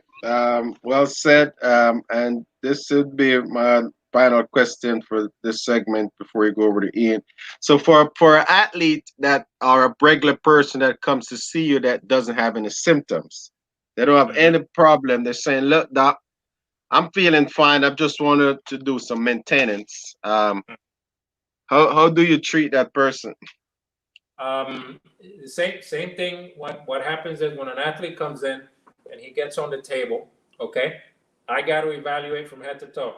Okay, see what's going on. One of the things I tell the athletes is, you see NASCAR, okay, and NASCAR, they have a pit crew, okay, and now with the cars that are so sophisticated, there's a computer screen, and the computer tells them, okay, this and this is going on, even though the driver is going and he's not necessarily no lights have come on the dashboard. The guys are saying, you need to come in. You can't go around 500 times. You need to come in. So we fine-tune the car so the car is able to continue going. Okay? So that's one of the things that I tell an athlete is every single day that they go out to practice, every single day that they go to a competition, they're putting their body at a higher level of stress than the general population. Okay? So in essence, they're beating up the body. So you cannot expect to beat the body up, okay, and not give it the proper tools for it to be able to recover. One of the things that happens is that, athletes, first of all, are masters at adapting. So an athlete can come in, okay, and think he's fine, and we adjust it and says, oh man, that feels so much different, okay? So obviously something was going on, okay? Or an athlete, okay, studies clearly show that they have the ability to block pain sensation to the brain. How many times did you go out there with some injuries and went out and ran very competitive time? Yeah, you see? Yeah. Yeah. And you know it, but you still had an injury, okay? But you weren't performing at your best. If you needed to take it to that next level, the body would have said no, okay? But you took it to a level where it says, okay, you're so used to being up here that you just bring it down a notch, and you still performing at a high level, but you're not performing at your peak. You're not performing at your best. And that's the difference when an athlete comes in on a regular basis, is to take care of that body, okay? To take care of that body so that body is able to perform at its best. And I'll give you an example. First year that I worked with David Oliver at US Nationals, okay? I did some things with him, and he's like, oh my God, you know, what was that you did? I'm like, you're a hurdler. I need to make sure that your hips and everything is balanced, okay? So, you know, we had a nice protocol, okay? Before he started his warm-up, when he did hurdles, and before he went to compete, and after he competed, he will come back. So that's what we did. Every round he did that, okay? And he went and he actually PB'd right there. He ran 12:93 at US Nationals. He was upset because he said he wanted to beat Alan Johnson's record, which he ran 12:92 at the Olympic trials in '96, and he wanted to beat that record. Okay, but this is what happened. David comes back to me and he's hobbling, and he's like, "Man, I pulled my groin. And I said, okay, let me take a look at you. And when I took a look at him, I mean, you know David Oliver. I mean, that's a specimen right there. Yeah. Okay. Yeah. You know, his leg is a tree trunk. Okay. So I took his leg and I could literally push it down with my fingers. I muscle tested and I push it down with my fingers. He's like, "Man, I pulled my groin." I said, "No, let me check." I went ahead and I adjusted him. When I adjusted him, okay, I got on the leg again, and he's like, "Oh my God." And I was like, "David, have you ever ran 12:93? No." I said, "You took your body to a level it's never been before, okay? So your muscles were not prepared for it, so this is how they responded." I said, "All you need to do is go get a flush, and you will be fine." And what did he do the following week? He went to Prefontaine, and he ran 12:90, which equaled the American record at that time. And a couple of weeks later, he went and he ran 12:89. Man, that's some great information. I always heard this information, Doc, about when you take your body somewhere that it never been. You know, it's sometimes always recommend that you might need to skip the next meet. You know, I seen these things. You know, at some time, you know, you're feeling good, and you know it might be in a row, but it's always, you know, or you need to be evaluated closely just to make sure that that you didn't everything is still intact. You didn't push anything too far or like that. So this is a lot living testimony that you're saying right now, and we're happy for you to share that. Over to you, Ian. Okay, Dr. Marco, quick one. Since we're talking mostly about the athletes, when would you say is the best time for an athlete to seek out chiropractic care? When? Yeah. What would be a recommendation on that? Well, I mean, that varies. I mean, some athletes create a specific protocol, okay? But like I was sharing with you, this was the first time that I worked with David, and we had a protocol where he was getting adjusted before he started his warm up, in the middle of his warm up, and right before he went to the track. Not that necessarily that I will adjust him, but I will still evaluate him to make sure that there were no imbalances. Okay. And right after the meet, why? Because we wanted to keep that that body fine-tuned. Okay. But I give you another example. I worked with Angela Taylor between 2006 and 2008, and I was actually at the track every day with my table. Okay. I was working not only from the chiropractic standpoint, but also on a coaching standpoint. And there were times in practice that, you know, you got to understand. I mean, these guys are doing some insane things in practice. Okay. And something happened. And Angela was the type of person that, you know, I mean, if anybody will tell you, if anybody took full advantage of my care when he was competing, was Angelo. He was on that table every single day. And there were times where he was in practice that he did something, he will feel something, and he said, "Oh man, I can't go." But good thing I was out there with my table, so I will evaluate him, adjust him, and he's able to finish the workout.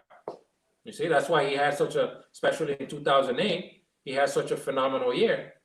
Okay, winning the Olympics, but even the year before, he still went ahead and medaled in the Open 400. You know, that year he actually even beat LaShawn Merritt at U.S. Nationals. So.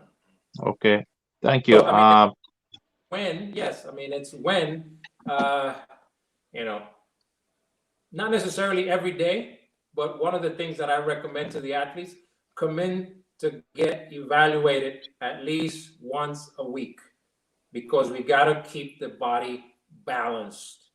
You cannot beat the body up, okay, and expect that you're going to continue to perform well. All right, Doc. There's two, I think 3 areas that I'd like you to touch on, because Gary had put up somewhere here. We kind of had jumped that little part there in terms of job duties. That's where he was coming from. But I just want you to touch on 3 areas that, you know, some people didn't even know that may fall under your practice, your care. And one of them, carpal tunnel. We know just even from working, you don't have to do anything much, computer, whatever. Just using these fingers too much. Then again, somebody with arthritis, you know, is that the old people will really want to hear you talk about that one, you know, arthritis pain. And herniated disc. These are something that basically plague just about anybody. Right. Well, I mean, let's start with carpal tunnel. Okay.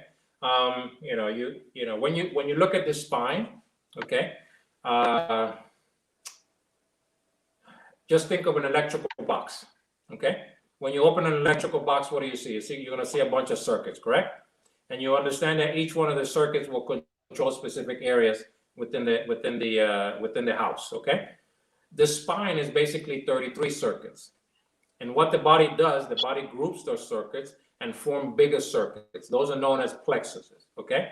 So plexus now serve as a connecting point. So instead of having one nerve that's going to supply, you know, say the arm, you have multiple groups of nerves. So the brachial plexus goes from the middle of the neck all the way to your upper back, and it forms a branch here. And out of that brachial plexus comes the median nerve. So the median nerve slides through here, and then you have a sheet that covers around the wrist here, and then there's a little tunnel, and that's what they call it. You got the carpal bones, so there's a tunnel that goes through there.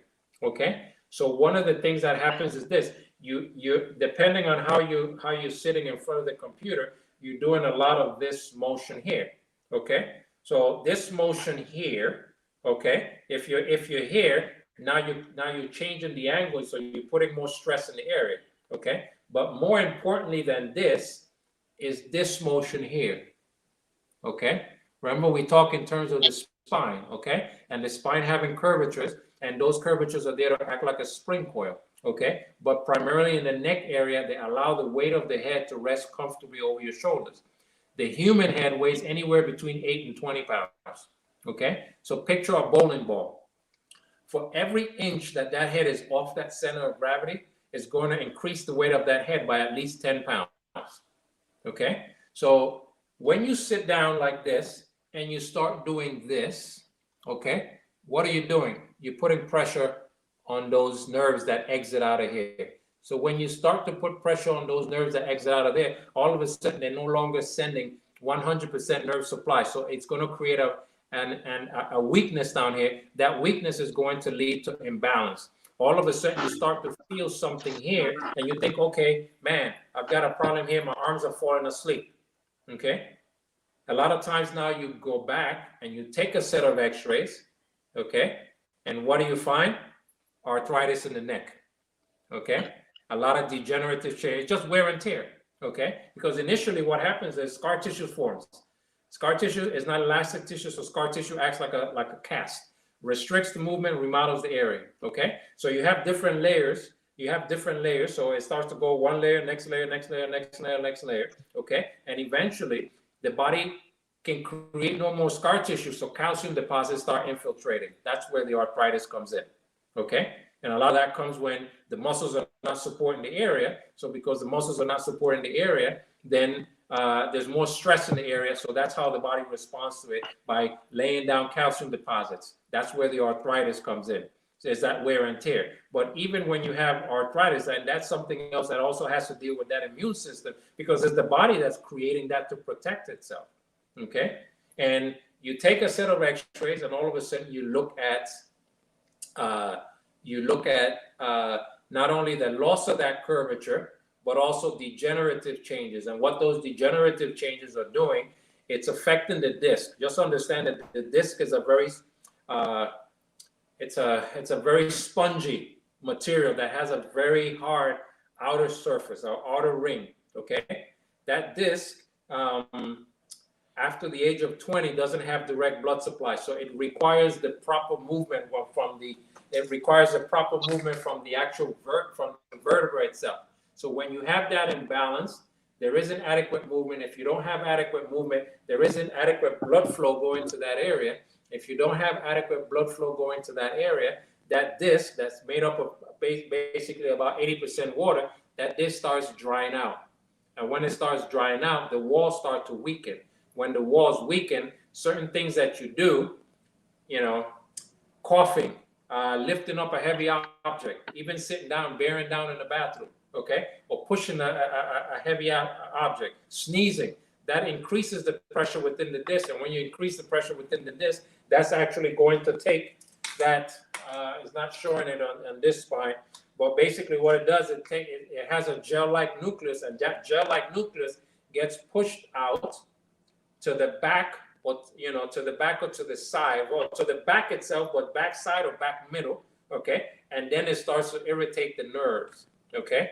But the herniation is not the main issue here. Is more so the imbalance that has triggered that.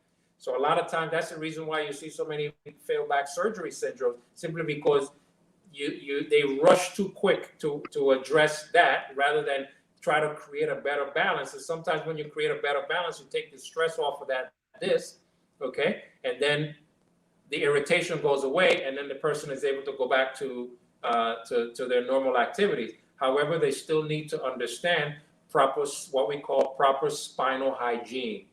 You can't continue doing the things the incorrect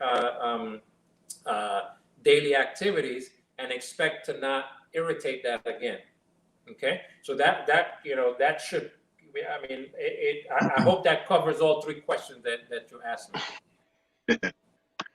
All right. Yeah, I think you did. But I'm gonna ask something. This may be crazy because I don't know how to explain it. That's crazy, huh? Yeah, I don't know how to explain it, but you've been in this field for such a long time, and this is just something that happened that at one point I'm thinking that, man, this could be a little invention. I could invent something here. But I had a sciatica nerve problem, right? This pain, it runs all the way down. So somehow I had a shoe. I don't know what happened. I put the shoe on. I decided to do a little walk. The back of the shoe, the heel, like fell off. Put it that way. It started, plop, plop. And I said, let me tear this thing off. I tore it off. The back drops, like, I'm walking and now, like, the front is up and the back. And it starts stretching the leg. And I realized that pain disappeared. Maybe you want to patent it. I don't know. You altered the gait.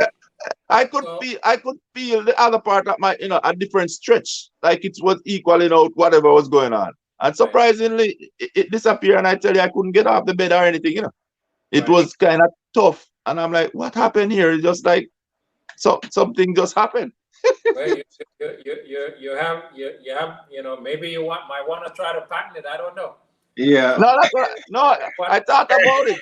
No, it's serious. And I thought about it. I'm like, I don't know what happened. Why that particular foot of shoe fell off, and it was like, like the front was tilted, and I'm more, but I could feel that they are stretching those muscles, the other side, and So really disappear.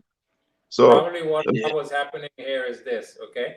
You probably had an imbalance on the other side, and when you took that, when that heel fell off, and now you started walking, you started altering the gait, and now stretching that area. That stretching helped to relax those muscles and took the stress off of that, off of the sciatic. Yeah, I felt the stretch, and it felt good. Yeah. I sometimes that's the best remedy. I don't know what to tell you. Yeah, maybe his wife was praying for him, Doc. Yeah, for me, hey, look, I never discount the power of prayer. Absolutely. All right, now next question. How important it is to find the right chiropractor. We can't say there's a right doctor or whatever, but for me, I think some doctors just good at what they do, and others, Right. I don't know if they guess, but how would you deal with that question? Well, I mean, a lot of times, it's more, referrals and, word of mouth and things like that. And, you always want to go to somebody that, first of all, is going to educate you, but most importantly is that you feel comfortable with. Because even if the doctor is good and you don't feel comfortable with them, that's not conducive to good healing. So you have to feel comfortable with whoever is working on you, because understand, we're laying hands on you. So if we're laying hands on you and you don't feel comfortable, you feel apprehensive, your body is not receiving whatever it is that we're trying to do to help your body heal. So, things just basically go out the window. So referrals is one. And second of all, just feeling comfortable. And even if you get a referral and you don't feel comfortable, you just have to keep going. So the issue is that, unfortunately with social media and stuff like that, you see a lot of, sensationalization on social media. And, so you have to be a little bit careful when it comes to that, and, some people embellish the truth. Some people, are good and they just throw in it. So it's just a matter of, sometimes you just got to go with your instincts, just see, if I feel comfortable, then I'm going to go. If I don't feel comfortable, then I'm just going to go elsewhere. Yeah.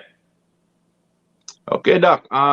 What's your first gesture when you see a patient walk in your office? And what is your joyous moment when they're stepping out? Well, I mean, okay. So give me the first part. It broke up a little bit. Give me the first part of that question. What's your first gesture when you see a patient walk into your office? What's my first gesture? Is a smile. It's a smile because I am grateful that they have at least given me the opportunity to be able to serve their health needs. Yes. And obviously the satisfaction of seeing somebody come in,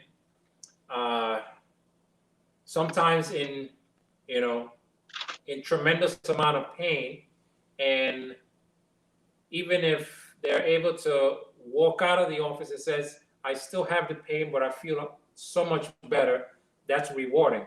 Simply because, one of the things that I explain to patients is that, unfortunately, when we have these issues, 1, 2, or 3 adjustments are not going to make a correction.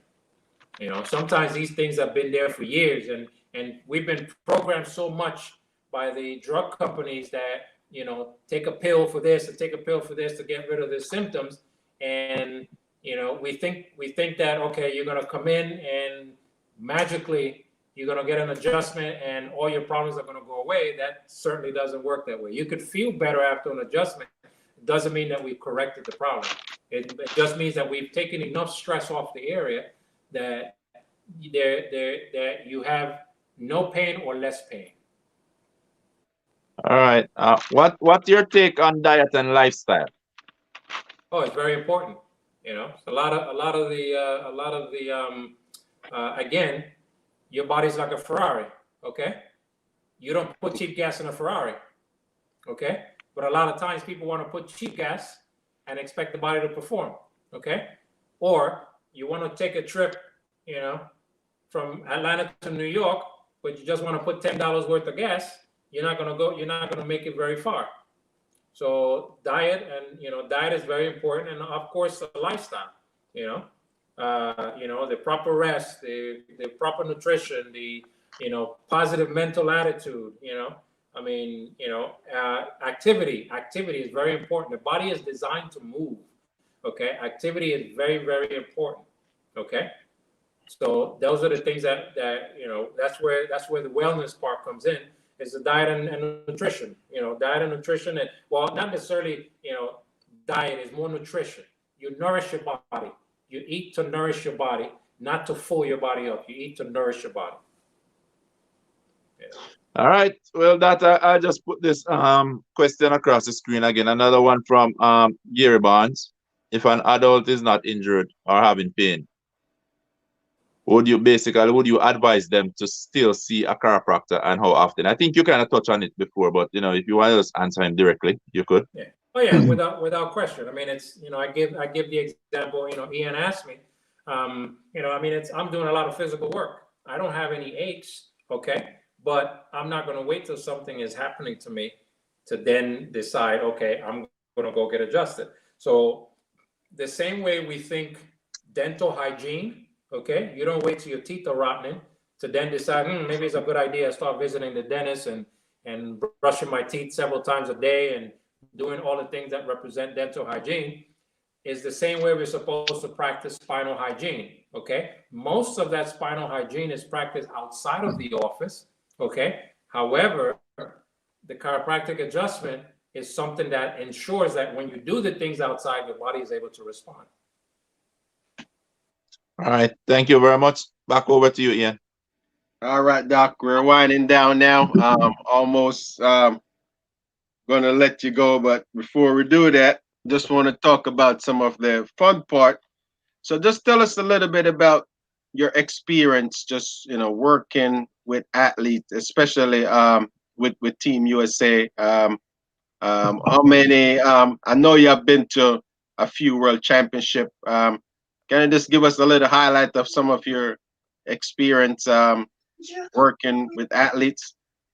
Well, I went to I've been to World Indoors and World Outdoor Championships. I also went to Continental Cup. I actually went with the Americas team to Continental Cup, and one of the things that I truly appreciated working with the U.S. staff is organization, and why I say organization, because and I'm not going to mention the country, but 1 year, 2011, I went to Pan American Games, and I was supposed to go work with one of these Caribbean countries, and the president of the federation knew that I was going. They were not going to pay me absolutely anything. I was covering all my expenses. Well, I was getting somebody to cover all my expenses to go work with their team. Okay, and I went there. And this was in Mexico, and when we looking for the team, they don't even know that I'm coming. And I'm like, okay, but I still need credentials, And they said, well, they didn't tell us anything, and we don't have any more credentials. So I started to laugh, And the good thing is it was in Mexico City. So, Spanish is my first language. So I explained to the people what was happening. And they basically gave me and I went with my best friend at the time. They gave both of us credentials, and I was able to go every day to the track meet. And the funny thing is that even though I was there to work with them, not one of them from the team came to see me. I saw people from Jamaica. People from Jamaica came to see me. Other athletes that I work with, they came and they saw me. Not one of the persons from the team. So it's the mentality. And they did see another chiropractor, because I went to talk to another chiropractor. And I'm like, my table is open right there next to them. You see? So now, forward, the following year, now I go work with the U.S. team. And it was just such a pleasure. Okay, when I tell you it was a pleasure, it was just a pleasure to work with them, because all we had to focus on was taking care of the athlete. Whatever we needed, they will ensure that we had that. And the good thing was with that was also that all the professionals that were there, all the medical staff that was there, the sports medicine staff, we all worked together. Why? Because the goal was to make sure that these athletes were healthy enough to be able to go compete. There was no competition, any of that kind of stuff. That's basically what was the focus. Now we went back to when we went to World Outdoor Championships. Okay, typically they will take, when you have a big team, they will take 2 to 3 chiropractors. Okay, this time they had a big team, 153 athletes, and they sent me alone. So I have a practice overseas in Panama, so I'm used to seeing 100+ people a day. So to me, it wasn't a big deal. But I said to myself, either they're looking for me to fail, or they trust me that much. So I chose to believe that they trusted me enough to send me with to work with these athletes, and we were able to work with that athlete. And I remember we had I'm not going to mention the athlete's name, but we had a top athlete that was a defending champion, okay, but had an injury, okay, and we worked every single day during training camp. All the day it was myself, the orthopedist, and one of the athletic trainers, and 2 of the massage therapists. We were just working on the clock. We will go from the training room to the track, do all the necessary things. They already had a chiropractor that they work with, that back home, and they actually came to the World Championship, so he took over. But once we got there, at the end, the athlete, even with the injury, we were able to keep him balanced enough that they still got on the podium. Her coach came and said, and this is a prominent coach, and he said, in all my years that I've been working with, coming here with athletes and stuff, he said, this is the best medical staff that I've worked with. He says, why? Because there were no egos. He said, you guys did what you needed to do in order to keep my athlete healthy, so she was able to go out there and get a medal. So that to me was very rewarding, So wow. It's always good when you go work somewhere, and I heard this quote from Pastor Mike Murdoch. He said, go where you are celebrated, not where you're tolerated. Okay, so All right. I mean, I felt that I was celebrated for the work that I was doing there, alongside the other medical professionals that were there with me. We all worked together to get not only her, because they had other athletes. They had only her and other athletes that had some issues, and they still got on the podium. So it's always a pleasure, because I was an athlete and I never got on the podium, but to me, it wasn't a big deal. To me, I celebrate it when I'm able to help an athlete be healthy enough to be able to perform at his best. That to me is rewarding.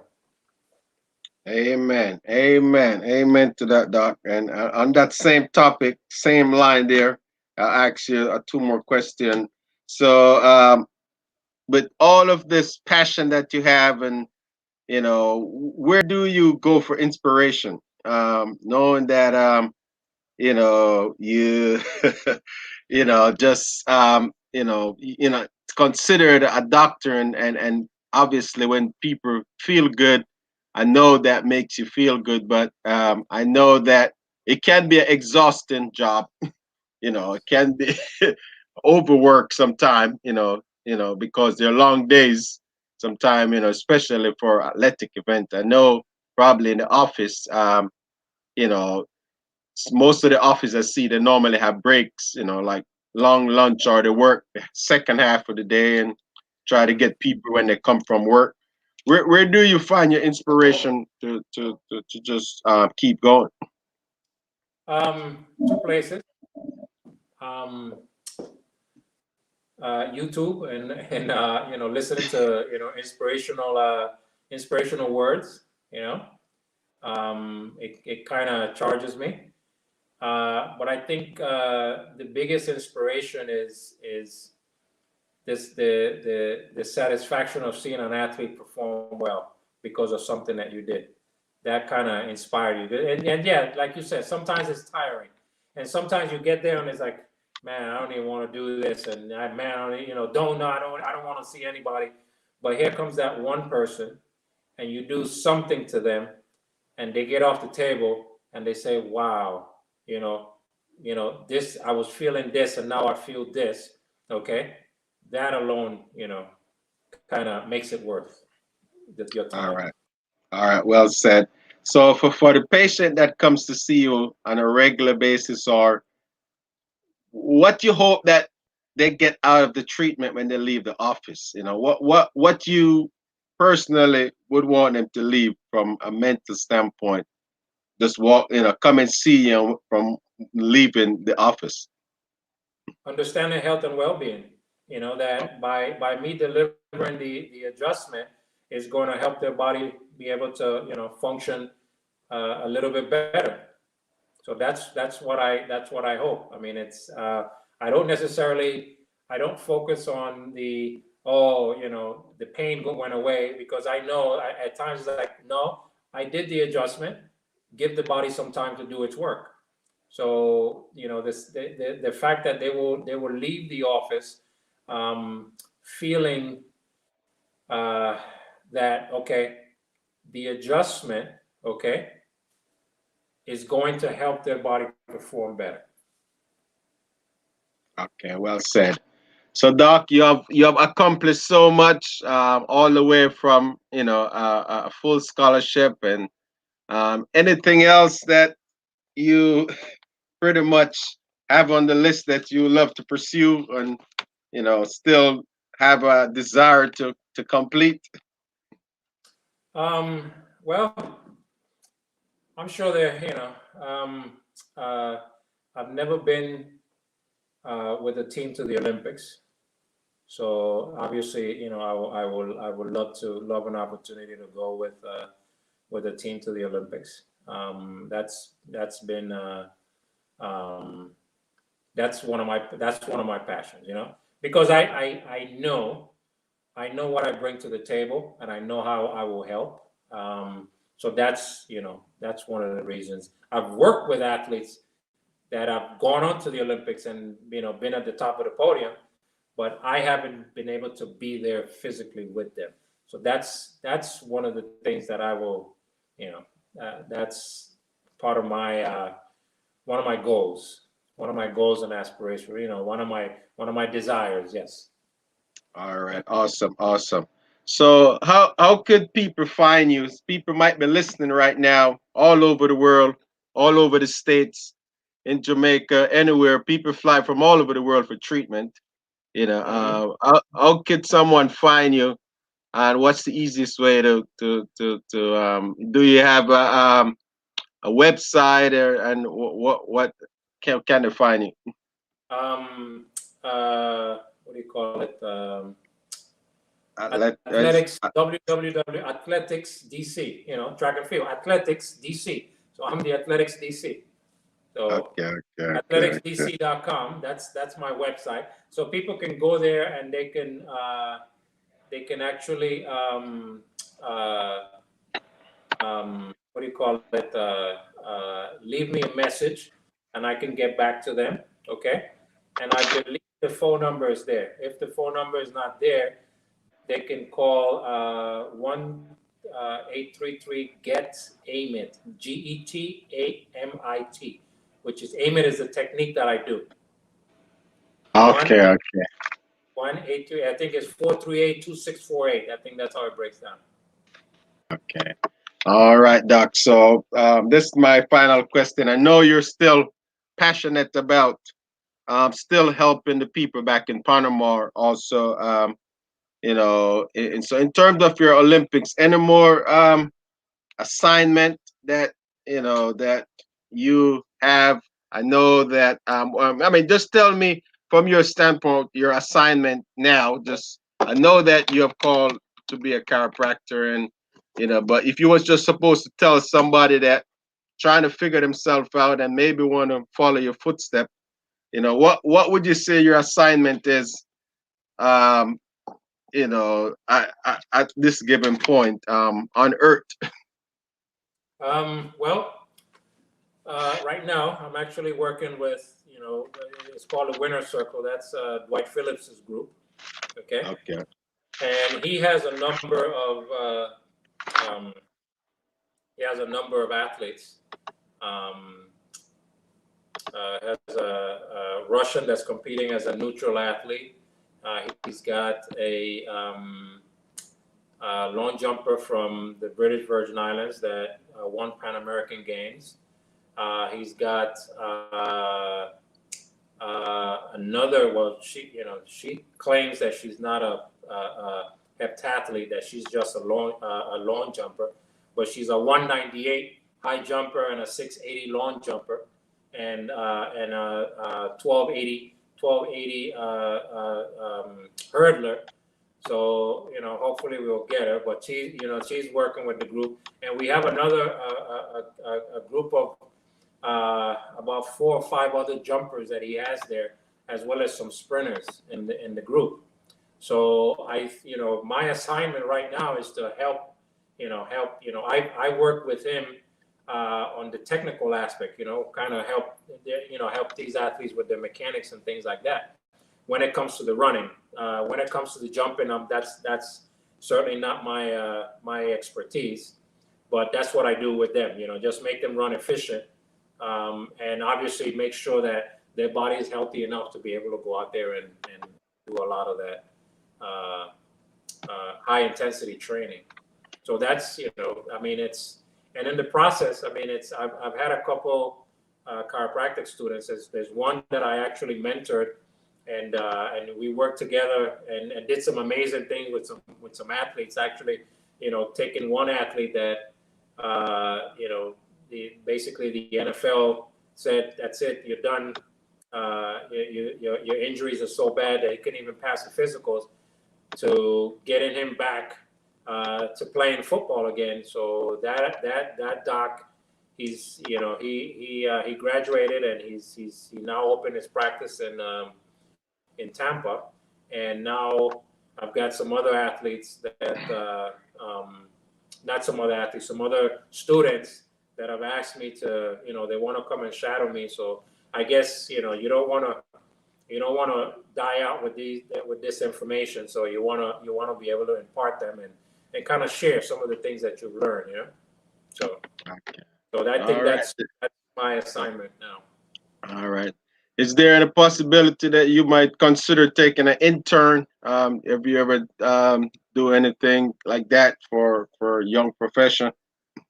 Well, it's if possible, yeah, we'll consider it. Yeah. Mm-hmm. All right. Over to you, Ian. I think I've answered all my question. I will officially say thank you after Ian for closing words. Okay, Dr. Marco. Quick question. What would you say have been your greatest accomplishment to date? What's my greatest accomplishment? Raising my kids. My kids. I got bigger boys, but I've got soon to be 12-year-old twins, and I'm very proud of kids, and I think that's my greatest accomplishment. Just looking at them and seeing them evolve. That's my greatest accomplishment. Absolutely. All right. Thinking back or looking back, like 10 years ago, did you ever envision yourself here? Actually, yes. I did. And I envisioned myself even further. But God has a way of kind of molding things and putting you in the right place and bringing things at the right moment. So because I've been doing this, I started. I never envisioned myself coaching. Put it that way. But when Innocent and Bunique started coaching down here, okay, somebody called me and says, "Hey, Innocent has a group down here. Why don't you reach out to him?" And when I reached out to him, if you know Innocent, Innocent is a strong man of God, okay, and the minute we got on the phone, his spirit connected with my spirit, and I said, "Hey, look, I would like to come out and he stopped everything he was doing and he just started praying. He started praying. He said, "Come out here tomorrow," and that was the start of me, basically, coaching, because I just went out there. I just wanted to do chiropractic. I had no intentions of doing, any coaching. But when I got out there and started to see it, a passion started to ignite in me, and it's like, well, I can help. These guys are doing this thing incorrectly. And then he says, "Okay, so you start working on the technical aspect," and the rest was history. And all the years that we worked together. So yes, I didn't. If you tell me 20 years ago, I wouldn't necessarily envision it. But now, yes, it's yes. 10 years, oh, absolutely, and even further. But I'm learning to be patient. That's something that it's been a little bit challenging for me. I'm learning to be patient, but I know I have a tremendous gift. God has blessed me with tremendous gift in what I do, and even somebody, I joke around. Some of the athletes call me Miracle Marco. I'm like, why miracle? It's like, nah. I have a passion for what I do. I'm very knowledgeable, and I go to the point, and I trust God in everything that I do. So yes, I do envision myself.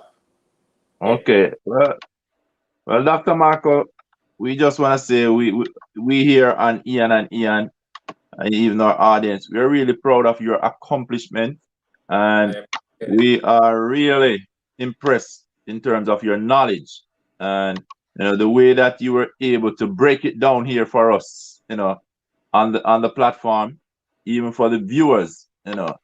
We just want to say we are very thankful, to have you tonight, to just come on here and share with us. As we say, you could have been doing so much thing with your time, but you have taken the time out to be on this platform, where we basically strive to educate, motivate, and inspire others, to basically be their best self, and your journey is nothing shy of just full inspiration, taking it just born here in New York, went back to your home, Panama, still doing work there, still doing work here. And at the end of the day, you're just a servant of God. It comes into the end here, but we can see that spiritually, you are really inclined. You have a good heart, and you have a heart to help others, and you basically know the body pretty well. And we give thanks that you have hands that are able to manipulate, so as to help people to perform at their utmost best. As you said, you have people who still with injury, but still being able to stand on top of that platform, collecting a medal. And I know that I've done well for them, and you're selfless. Basically, you just do it. You're like Nike. Just go out there and do it. So we're very proud of you, and we just want to say thank you, man. So I'll leave it up to Ian to close it out. Well, Dr. Marco, as I said, on behalf of the entire track and field family, and with Real Talk with Ian and Ian, we are pretty confident that we have provided another exciting and entertaining and educational program. We ask anyone that might watch this video to please share it so we could get this information out to as many people as possible. We are over on YouTube at Real Talk with Ian and Ian.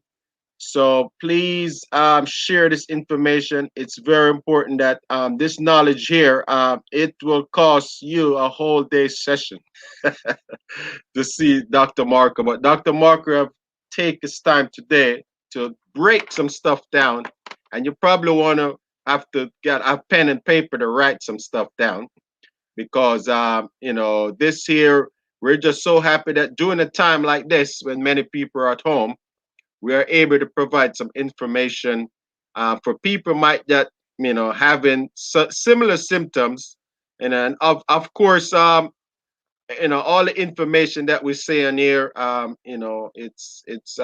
we're not giving any advice to you. We're you have to reach out and see the proper doctor that you may need. So this all this stuff here just for information purpose. Just give you a little history and background. So please feel free to reach out to any one of us. Real Talk with Ian and Ian. We're on any major platform. You know Dr. Marco. He's a well established. He has very knowledgeable. He has worked with so many Olympian. We're gonna have to keep record. We didn't go into specific details how many athletes Dr. Marker have worked on over the years, but I believe that it's probably going on over 100 now. And not. Well over 100 people that you might not Ian, even you realize. remember I said he had a group of 150 at one time. So. Oh Lord, yeah, But think of World Championships in 2013. How many medals the U.S. got? Okay, I work with every single one of them.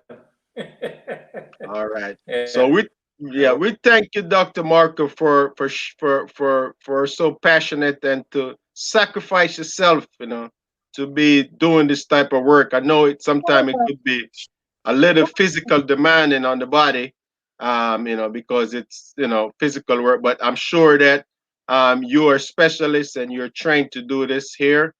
And as I said, we're so grateful. I'm looking forward to probably see you at the Olympic trials in 2021. And I'm looking forward to might be seeing you at the Olympic Games.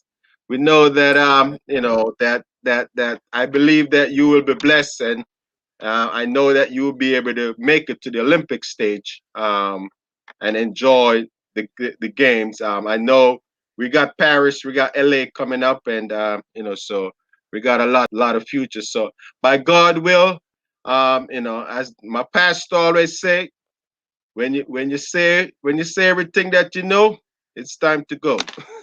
And I think that it's was a very good thing. So any final words, Dr. Marco, before we close the broadcast? Well, I definitely want to say I'm humbled and honored that you guys, took the time to interview me. Trust me, I truly appreciate it. From the bottom of my heart, I truly appreciate it that you gave me the opportunity to come on your platform and explain what I'm very passionate about. So, it's just trust in the good Lord and, let him, guide our steps. So, all right. Once again, I really appreciate it. That's all I could say. I really appreciate the opportunity that you've afforded me to come on your platform to kind of get some exposure. All right, Doc. We're seeing we're doing the good work, and as I said, we just by just the Lord Christ just lead us by the Spirit. So He have specifically lead me to reach out to you, and we actually never met before. Was we so a lot of people. So we're looking forward for that. So thank you, Doc. Have a great night and have a great week, and stay safe. All right, take care. All right.